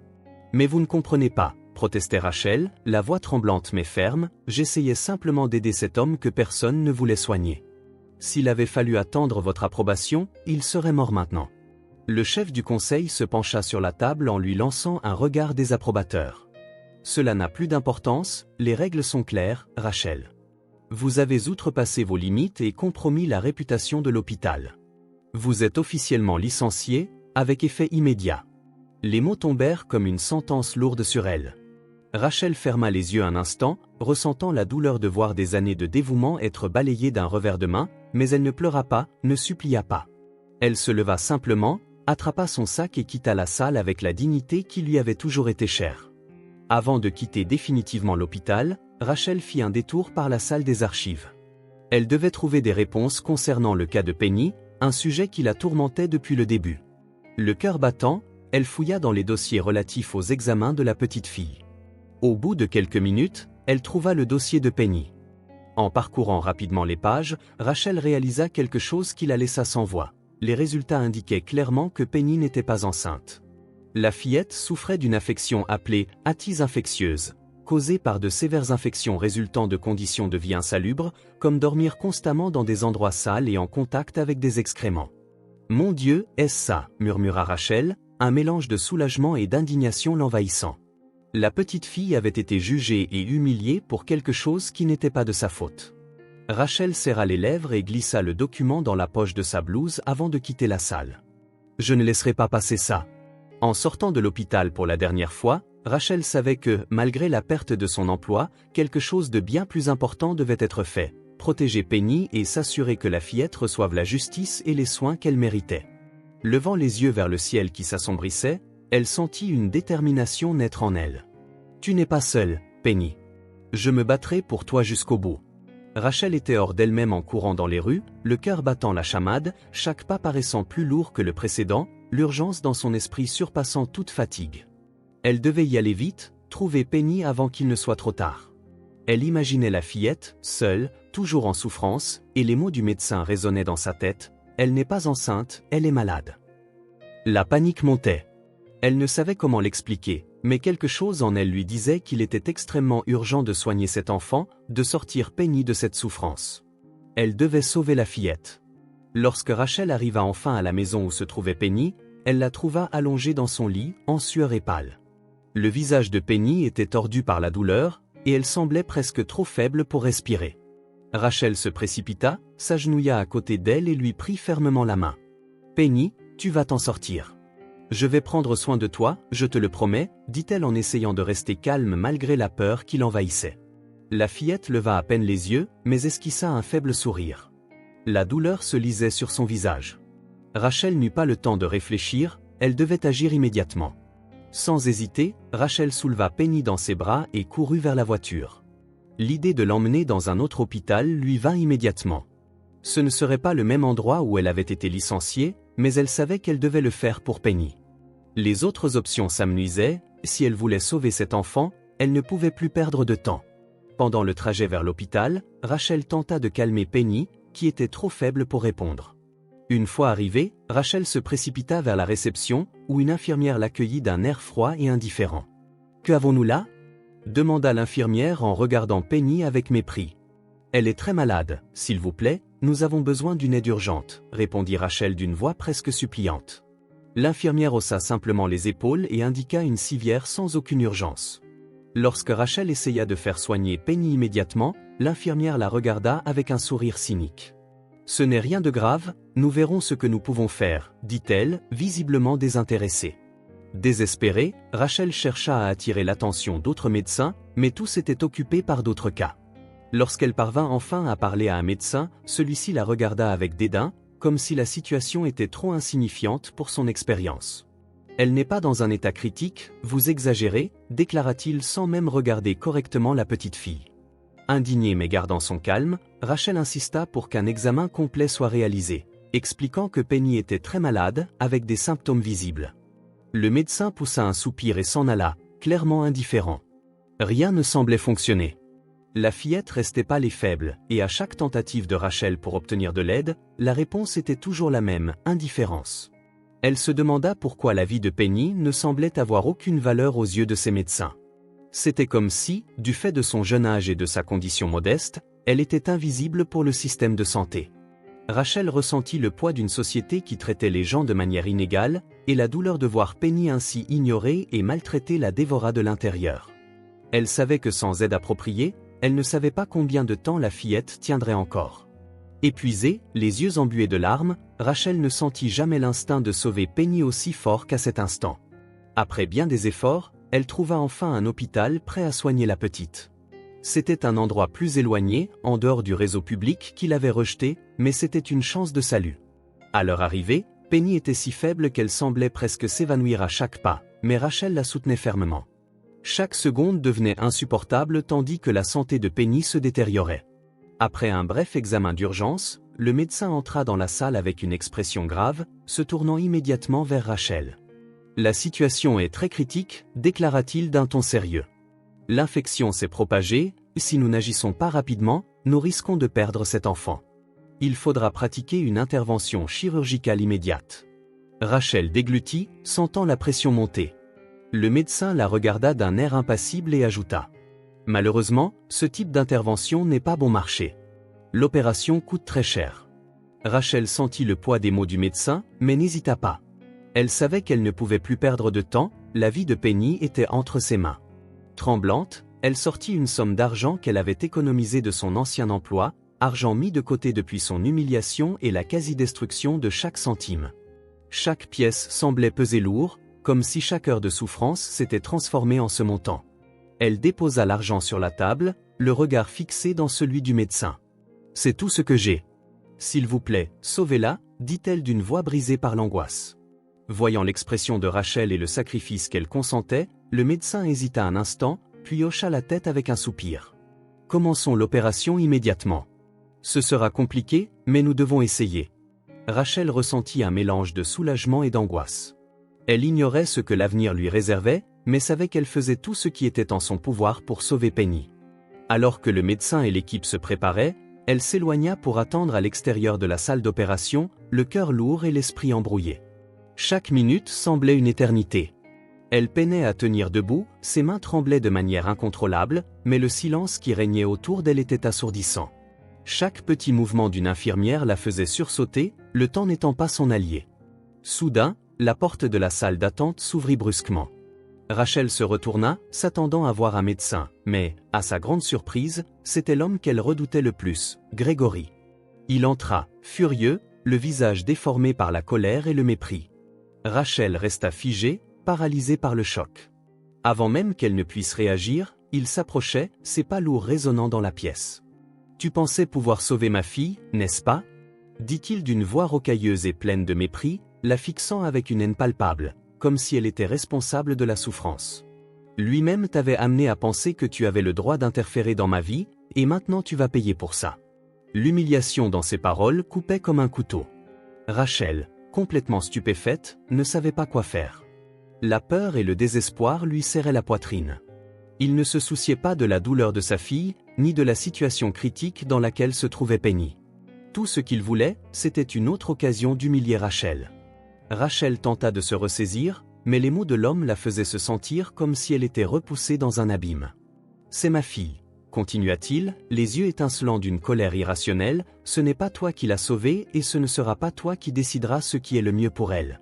Je vais la reprendre dès qu'elle aura quitté cette pièce, et tu ne m'en empêcheras pas. Tu vas payer pour avoir tenté de me voler ce qui est à moi. À chaque mot, il se rapprochait, comme s'il voulait écraser Rachel avec la brutalité de ses accusations. Elle se sentit impuissante, le cœur battant, comme si elle perdait le contrôle de la situation. Elle regarda l'homme, cherchant une réponse, mais les mots ne venaient pas, la peur la paralysant. Comment pourrait-elle défendre Penny, un enfant qui avait tant souffert, face à un homme si cruel et insensible? L'homme poursuivit sa tyrannie verbale, ne laissant aucun répit à Rachel qui se sentait minuscule et impuissante, comme si tout autour d'elle s'écroulait. Il ne la voyait pas comme quelqu'un qui essayait d'aider sa fille, mais comme une intruse, quelqu'un qui osait se mêler de ses affaires et qui devait désormais en subir les conséquences. À cet instant, Rachel ne savait plus si elle pouvait continuer. La douleur sur sa poitrine était insupportable, et elle était au bord de l'effondrement. Mais en même temps, quelque chose en elle résistait encore. Elle savait que Penny se battait pour sa vie et qu'elle ne pouvait pas laisser cet homme prendre le contrôle de la situation. Elle ne pouvait pas permettre que la souffrance de la jeune fille soit vaine. Même avec l'humiliation et les menaces, Rachel ne pouvait pas abandonner. Elle prit une profonde inspiration, essayant de rassembler le peu de courage qui lui restait, et d'une voix tremblante mais ferme, elle regarda l'homme et dit « Je ne te laisserai pas faire ça. Elle a besoin d'aide et je vais continuer à me battre pour elle, quoi qu'il arrive. Quoi que tu dises, tu ne vas pas l'emmener tant qu'elle est en danger.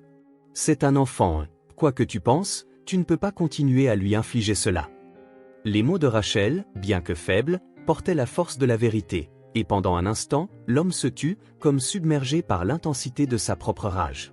Mais avant qu'il ne puisse répondre, la porte de la salle d'opération s'ouvrit et un médecin apparut. Son regard était sérieux, mais il n'y avait pas de temps pour d'autres explications. « L'opération a été difficile, » dit-il en regardant Rachel avec une expression inquiète. « La fillette n'est pas sortie d'affaire, mais nous avons réussi à la stabiliser. Cependant, elle reste dans un état critique. Nous avons besoin de plus de temps. » La réponse du médecin fut une bombe pour Rachel qui, bien que fatiguée, ressentit une vague de soulagement. Mais Gregory ne semblait pas prêt à l'accepter. Il regarda le médecin avec dédain, ignorant la gravité de la situation, focalisé uniquement sur l'humiliation qu'il voulait imposer à Rachel. « Je reprends ma fille maintenant, » déclara-t-il, mais la détermination dans les yeux du médecin et de Rachel le fit hésiter un instant. Elle ressentit une petite victoire, mais savait que la bataille était loin d'être terminée. Le destin de Penny restait incertain et elle devait se battre jusqu'au bout. Rachel fixa Gregory, les mots sortant avec une force inattendue, comme si tout le poids de la souffrance de la fillette et de sa propre angoisse s'était accumulé en elle. « Tu ne la reprends pas. Elle ne retourne pas dans cet enfer, » dit-elle d'une voix chargée de colère et d'une détermination qu'elle ne s'était jamais imaginé ressentir auparavant. « J'ai vu ce que tu lui as fait. Tu l'as laissée dormir dans une niche à chiens, entourée de crottes et de saletés. Tu ne l'as pas nourrie et c'est pour ça qu'elle est comme ça. C'est de ta faute si elle est en train de mourir. » Chaque mot qui sortait de sa bouche était un coup porté à l'homme devant elle, un homme qui semblait totalement indifférent à la souffrance qu'il avait infligée à sa fille. En entendant les paroles de Rachel, l'homme devint visiblement furieux. Son visage se déforma en une expression de rage incontrôlable. « Tu ne sais rien, » cria-t-il, la voix chargée de mépris. « La police m'a relâché faute de preuves, alors pourquoi m'accuses-tu ainsi ?» Il gesticulait, comme s'il tentait de chasser les accusations qui semblaient peser sur lui. Le mépris qu'il éprouvait pour Rachel était évident, mais il ne comprenait pas que ces mots n'avaient plus le pouvoir de l'intimider. Il tentait de maintenir la façade d'un homme fort, mais sa posture était fragile, presque désespérée.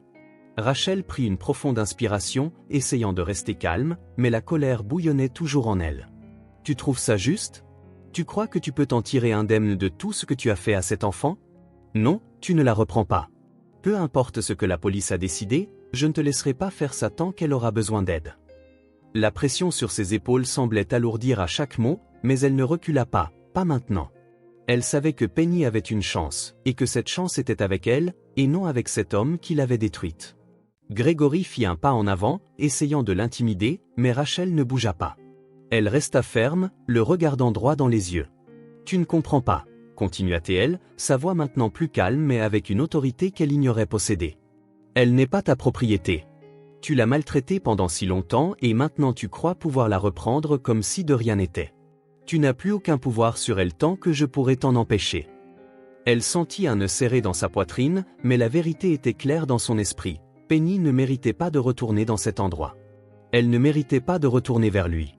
Pendant un instant, l'homme sembla hésiter, comme si la fermeté des paroles de Rachel commençait enfin à le toucher. Mais bientôt, il tenta de minimiser l'ampleur des choses par un rire sarcastique. « Je vais récupérer ma fille et tu ne pourras rien y faire », dit-il avec un sourire de travers, comme s'il était certain de contrôler la situation. Mais Rachel savait qu'il essayait simplement de masquer la peur qui commençait timidement à s'emparer de lui. Il savait qu'il n'avait plus d'autorité sur Penny et la honte d'être confronté à sa propre cruauté était plus forte qu'il ne voulait l'admettre. « Tu ne feras rien, » répliqua Rachel, maintenant plus assurée. « Tant que je suis là, Penny ne repartira pas avec toi, et si tu essaies encore, la police saura exactement ce qui s'est passé. » Elle savait que la bataille n'était pas encore gagnée, mais elle ne pouvait pas le laisser la vaincre. Pas maintenant, pas après tout ce qu'elle avait fait pour Penny. Après tout ce qu'elle avait vu de souffrance, Penny ne méritait pas d'être traitée comme un objet, elle méritait de vivre.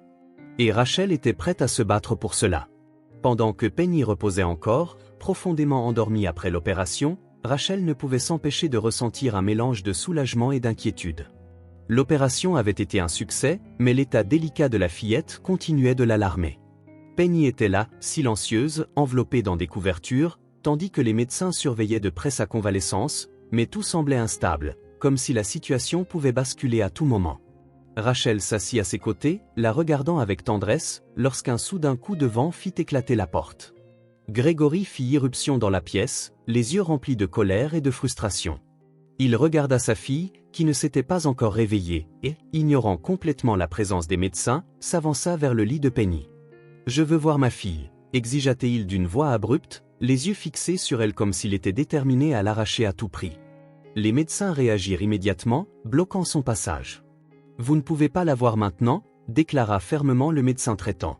« Elle a besoin de se reposer et de se remettre, et puis nous savons ce que tu lui as fait. » Les mots du médecin étaient chargés de jugement, et en les entendant, l'homme perdit patience. Il s'avança de nouveau, poussant brutalement l'un des médecins sur le côté. Rachel, qui se tenait à côté de Penny, n'eut pas le temps de réagir avant qu'il ne la repousse également. Elle sentit l'impact, projeté en arrière avec force. La douleur n'était pas seulement physique, c'était aussi la frustration de voir cet homme, qui avait déjà causé tant de souffrance, essayer à nouveau de manipuler la situation. « Tu ne peux pas faire ça », cria Rachel. Elle se reprit rapidement, essayant de se ressaisir, et regarda les médecins qui appelèrent aussitôt la sécurité. « Appelez la police !» Rachel ne pouvait plus laisser cet homme agir à sa guise. Il n'avait aucun droit de s'approcher de Penny, et elle savait qu'elle devait agir vite. Tandis que les médecins et les infirmiers se précipitaient pour barrer la route du père de Penny, Rachel n'eut aucun doute. Elle sortit son téléphone et appela la police, expliquant rapidement la situation, « Nous avons besoin d'aide. » Il a tenté d'agresser les médecins et essaie d'emmener la fille. C'est un danger. La police, déjà au courant des précédentes allégations, fut appelée immédiatement, et la tension dans l'air monta. Rachel ne pouvait plus tolérer que cet homme fasse davantage de mal à Penny, et, quoi qu'il en coûte, elle savait que la seule façon de protéger la fillette était d'agir sans hésiter. La police arriva rapidement, les sirènes tranchant le silence tendu du moment. Le cœur battant et rempli de colère refoulée, Rachel ne perdit pas une seconde. Dès que les agents entrèrent dans la pièce, elle s'avança rapidement vers eux, d'une voix chargée d'indignation. « Comment avez-vous pu le laisser partir ? Comment avez-vous pu le relâcher après tout ce qu'il a fait à cet enfant ?» Elle laissa éclater sa frustration, ses paroles traversant la pièce comme un courant électrique. Ses yeux débordaient d'émotion, et sa colère face à l'impunité de l'homme la fit perdre son calme. Les policiers la regardèrent, et bientôt l'un d'eux, apparemment le plus expérimenté, prit la parole d'un ton calme, bien qu'il cherchât à minimiser la situation. « Nous savons ce qu'il a fait, Rachel, dit-il. Mais il avait soudoyé les autorités la dernière fois. Il avait réussi à s'évader de prison faute de preuves concrètes. Mais ne t'inquiète pas, il va payer pour ça. Maintenant, nous allons le reprendre. » La réponse ne calma pas Rachel, mais la police semblait enfin reprendre le contrôle de la situation. Elle fixa intensément l'homme qui tentait de s'éloigner, mais les agents ne le laissèrent pas faire. Il était désormais acculé, le regard désespéré, comme s'il savait déjà qu'il ne pourrait échapper aux conséquences. « Tu vas payer pour ce que tu as fait à ma fille », cria Rachel une fois de plus, ressentant enfin un certain soulagement en le voyant enfin arrêté. L'homme tenta de résister, se jetant contre les agents, essayant de se libérer des mains fermes qui le retenaient. « Non, je ne... » protesta-t-il en sueur et agité, tentant de se dégager, mais il n'y avait plus d'échappatoire pour lui. La police réagit fermement, lui passant des menottes au poignet, et bientôt il fut traîné hors de la pièce. Rachel observa toute la scène, partagée entre colère et soulagement. Elle savait que cet arrêt ne récupérerait pas le temps perdu, ni n'effacerait la douleur déjà endurée par Penny, mais au moins, désormais, il ne pourrait plus faire de mal à qui que ce soit. Enfin, murmura-t-elle pour elle-même, des mots lourds de soulagement. Elle regarda les médecins et les infirmières, eux aussi soulagés de voir l'homme emmené, et l'atmosphère dans la pièce, bien que toujours tendue, paraissait un peu plus calme. Rachel se tourna vers Penny, qui reposait encore après l'opération. Elle était en sécurité, du moins pour l'instant. Le combat n'était pas terminé, mais à cet instant précis, Rachel savait qu'elle avait fait ce qu'il fallait. Elle était là pour protéger la fillette, et c'était ce qui comptait. Elle poussa un profond soupir de soulagement, sachant que la police s'occupait du reste, et espérant que, enfin, Penny aurait une chance de vivre sans douleur, sans peur, sans abus. Une semaine s'était écoulée depuis l'admission de Penny à l'hôpital et la réussite de l'opération. Elle s'améliorait chaque jour, et l'expression de douleur et de peur qui avait autrefois envahi son visage laissait désormais place à une attitude plus calme et même à un éclat d'espoir. Les médecins étaient confiants quant à sa guérison complète, mais tous savaient que la cicatrice émotionnelle laissée par la cruauté de son père mettrait plus de temps à se refermer. Rachel, qui n'avait pas quitté le chevet de la fillette durant toute sa convalescence, se sentait de plus en plus liée à elle. L'idée que Penny traversait tout cela seule, sans le soutien d'un véritable foyer, la déchirait. Elle savait qu'aussi physiquement en sécurité que soit Penny à l'hôpital, le véritable processus de guérison restait à venir. Un après-midi calme, Rachel était assise au chevet de Penny, lui tenant la main, lorsque la fillette la regarda d'un air plus doux. « Rachel. » Penny, commença-t-elle d'une voix encore faible, mais remplie d'une nouvelle détermination. « J'ai peur de retourner chez mon père ou d'être de nouveau seule, » avoua-t-elle. Rachel sentit une vague de compassion, et sa voix, qui avait toujours été ferme et calme, trembla légèrement. Elle s'approcha tendrement de Penny, caressant ses cheveux. « Penny, » dit-elle doucement, « tu ne seras plus jamais seule. Je serai là, et je ne te quitterai pas. » La fillette la regarda, méfiante, comme si elle essayait de comprendre si cette promesse était réelle, si elle pouvait enfin faire confiance à quelqu'un. Rachel prit une profonde inspiration avant de continuer. « Je veux que tu saches que, si tu le souhaites, tu peux venir vivre avec moi. J'ai de la place et je sais que je peux t'offrir la sécurité et l'amour que tu mérites. Je ne laisserai jamais personne te faire du mal à nouveau. Jamais plus. » Penny la regarda, les yeux embués de larmes, et une faible lueur d'espoir commença à briller dans son regard. Elle ne dit rien immédiatement, mais son corps se détendit et elle se blottit contre Rachel, comme si elle pouvait enfin croire en quelque chose de bon. Rachel sourit discrètement en essuyant une larme qui coulait sur sa joue. Elle savait que le chemin serait difficile, mais s'il y avait une certitude, c'était qu'elle ferait tout ce qui était en son pouvoir pour offrir à cette fillette la chance de vivre une vie différente, une vie d'amour, de dignité, surtout, la promesse de ne plus jamais être seule. « Commençons une nouvelle vie, Penny, » déclara Rachel avec une confiance renouvelée. « Je suis avec toi, » répondit la fillette, esquissant pour la première fois depuis son arrivée à l'hôpital un sourire timide mais empli de gratitude. Rachel serra sa main encore plus fort, sentant qu'enfin elle prenait la bonne direction. Les jours passaient lentement et Penny poursuivait sa convalescence. Chaque petit progrès, chaque sourire timide, semblait rappeler que la fillette retrouvait peu à peu le chemin de la vie, loin de la douleur et de la misère qui l'avaient autrefois accompagnée. Rachel devint pour elle plus qu'une simple soignante, elle devint une figure maternelle, lui offrant non seulement des soins médicaux, mais aussi un amour inconditionnel et une patience sans faille. Rachel savait que la guérison de Penny ne serait pas linéaire. Il y aurait des hauts et des bas, des moments de méfiance et même des rechutes émotionnelles, mais elle était prête à rester à ses côtés jusqu'au bout. Au fil de la convalescence de Penny, Rachel commença à réaliser à quel point sa vie avait changé depuis qu'elle avait accepté le poste à l'hôpital. Elle n'aurait jamais imaginé que son destin s'entrelacerait avec celui d'un enfant si innocent. Mais désormais, chaque décision qu'elle prenait était guidée par une seule priorité, offrir à Penny une chance d'un avenir meilleur. Avec le temps, leur relation se renforça.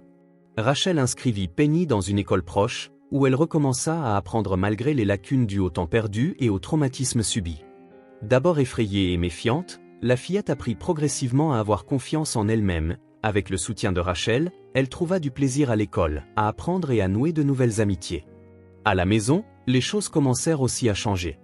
Rachel adapta la routine pour que Penny se sente le plus normal possible.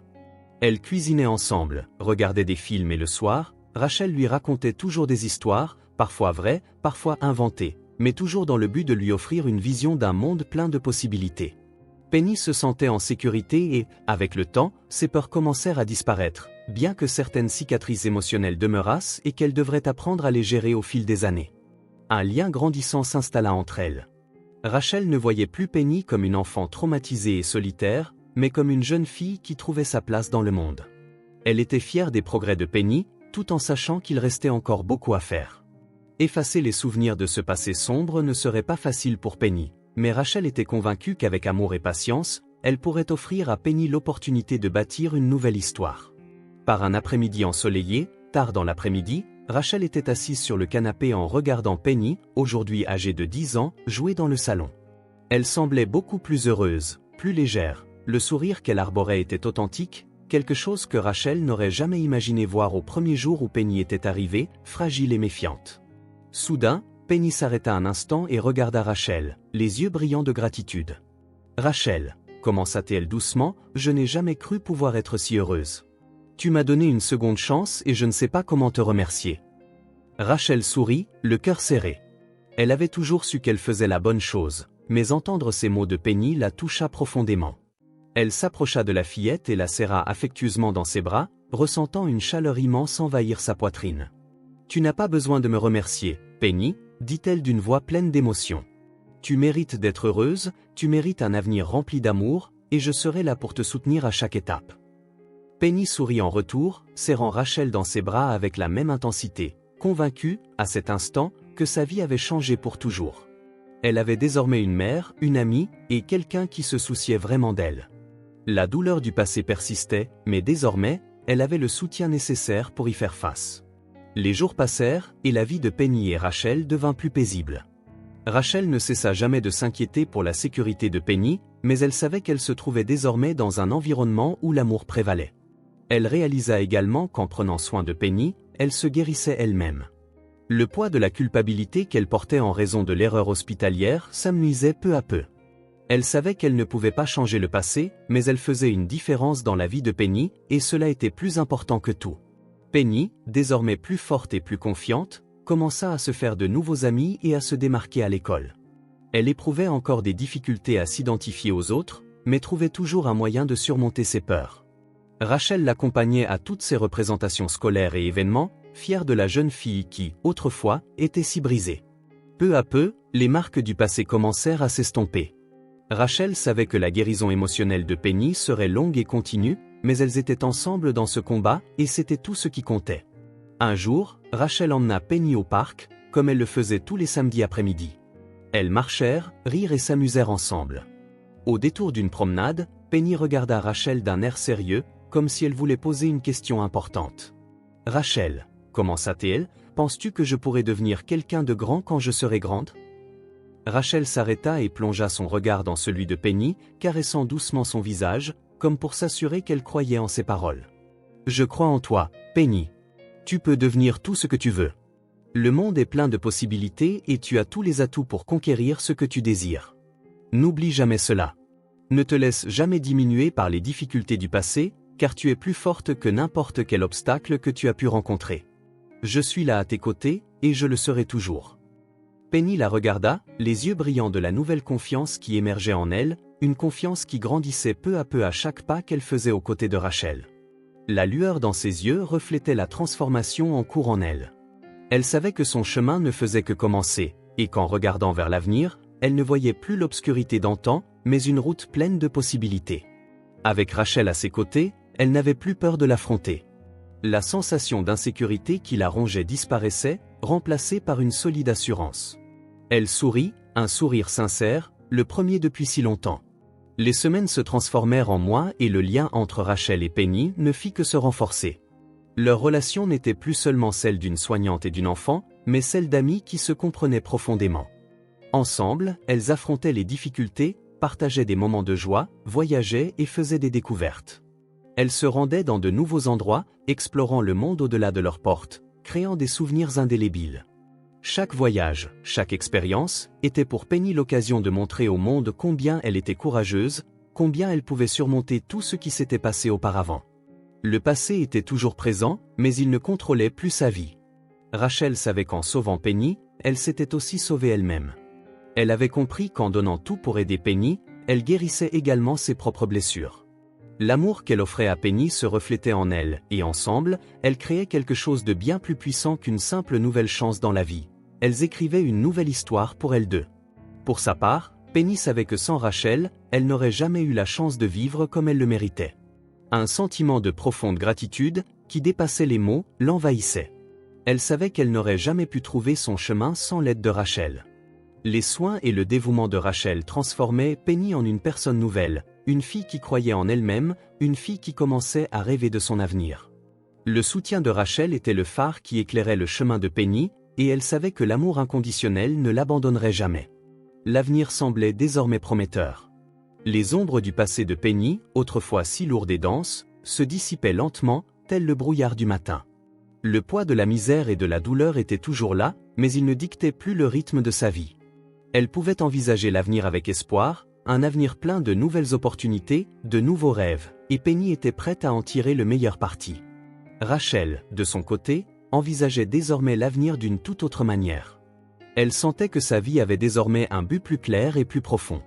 Jusqu'alors, elle avait toujours cru que sa mission se limitait à soigner physiquement les autres, à soulager la douleur et à prodiguer des soins médicaux, mais s'occuper de Penny lui avait ouvert les yeux sur quelque chose de bien plus grand, quelque chose qui dépassait la médecine.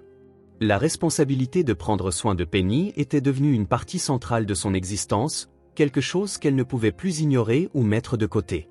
Penny, la fillette qu'elle avait sauvée des ténèbres, était désormais le reflet de sa propre force. À chaque sourire de Penny, à chaque moment de dépassement, Rachel se convainquait un peu plus qu'elle avait trouvé sa véritable vocation. Cependant, cette responsabilité la poussait aussi à se demander ce qu'elle pourrait encore faire pour aider les personnes autour d'elle. Elle savait qu'en sauvant Penny, elle lui avait donné une chance de vivre, mais qu'en faire pour transformer le monde qui l'entourait? La vision de Rachel n'était plus limitée aux murs de l'hôpital. Elle voulait se battre pour plus encore. Elle voulait offrir une chance à tous ceux qui, comme Penny, vivaient dans des conditions difficiles et étaient négligés par le monde. Penny n'était pas le seul enfant oublié et maltraité par la société. Ce qui la touchait profondément, c'était l'idée que tant de personnes, sous différentes formes et à différents âges, souffraient dans l'ombre, sans l'aide nécessaire pour se relever. Elle ne voulait pas seulement aider des enfants, elle voulait tendre la main à tous ceux qui avaient besoin d'un coup de pouce, d'un moment d'espoir. Elle voulait se battre pour ceux dont la voix était étouffée. Rachel en vint à croire que sa mission désormais devait consister à offrir une chance de guérison émotionnelle, de réconciliation, aux personnes qui ne savaient pas comment demander de l'aide ou même reconnaître l'importance d'être aidées. L'expérience qu'elle avait vécue aux côtés de Penny la motiva à en faire encore plus, non seulement pour Penny, mais pour les autres. Penny, par son courage silencieux et sa volonté de se battre pour la vie, avait allumé en Rachel une flamme de compassion et d'action. Elle ne pouvait plus se contenter du rôle de médecin, de simplement prescrire des médicaments ou administrer des traitements. Elle avait découvert quelque chose de bien plus profond que la guérison physique, la guérison émotionnelle. Rachel comprit que, souvent, la véritable guérison ne résidait pas dans le traitement des maladies physiques, mais dans la capacité à aider les gens à surmonter leurs batailles intérieures. Elle réalisa alors que ce dont beaucoup avaient besoin, ce n'était pas seulement de la médecine, mais du soutien, de la compréhension et de l'amour. Le remède venait de l'intérieur, et elle pouvait être un instrument de cette transformation. C'était une sorte de médecine qu'elle n'avait jamais apprise à l'école, mais qu'avec Penny, elle commençait à comprendre. Avec le temps, Rachel réorganisa sa vie. Elle ne se voyait plus uniquement comme une professionnelle de santé, mais comme quelqu'un porteur d'une mission plus grande. Ses nuits ne se résumaient plus à de simples moments de repos, mais devenaient des instants de réflexion sur ce qu'elle pouvait faire de plus, sur la manière d'utiliser son expérience pour aider davantage de personnes, surtout celles en situation de vulnérabilité. Elle et Penny commencèrent à fréquenter des centres communautaires, à aider des enfants et des familles, à participer à des activités favorisant l'estime de soi et le bien-être émotionnel de chacun. Rachel voulait être un exemple pour Penny, la preuve que, malgré les difficultés de la vie, il y avait toujours quelque chose à faire pour transformer notre environnement. À chaque rencontre, elle prenait conscience de l'importance d'offrir son soutien, d'être une oreille attentive, d'être une présence qui faisait la différence. Ainsi, au fil du temps, elles se préparèrent à aller de l'avant, plus unies que jamais. L'amour inconditionnel et le soutien qu'elles partageaient étaient le socle de leur parcours. Penny avait désormais une base solide sur laquelle construire sa vie, et Rachel était à ses côtés pour lui offrir non seulement des conseils, mais aussi un amour sans condition, quelque chose que Penny n'avait jamais connu mais qu'elle comprit désormais être fondamental pour toute construction solide dans la vie. Elle savait qu'indépendamment des défis à venir, elle pourrait surmonter n'importe quel obstacle. Elles n'étaient plus simplement des survivantes d'un passé difficile, mais des guerrières d'un avenir prometteur. Ce qui les unissait désormais, ce n'était plus la douleur et la lutte, mais l'espoir et la certitude qu'ensemble, rien ne pourrait les empêcher d'avancer vers ce que l'avenir leur réservait.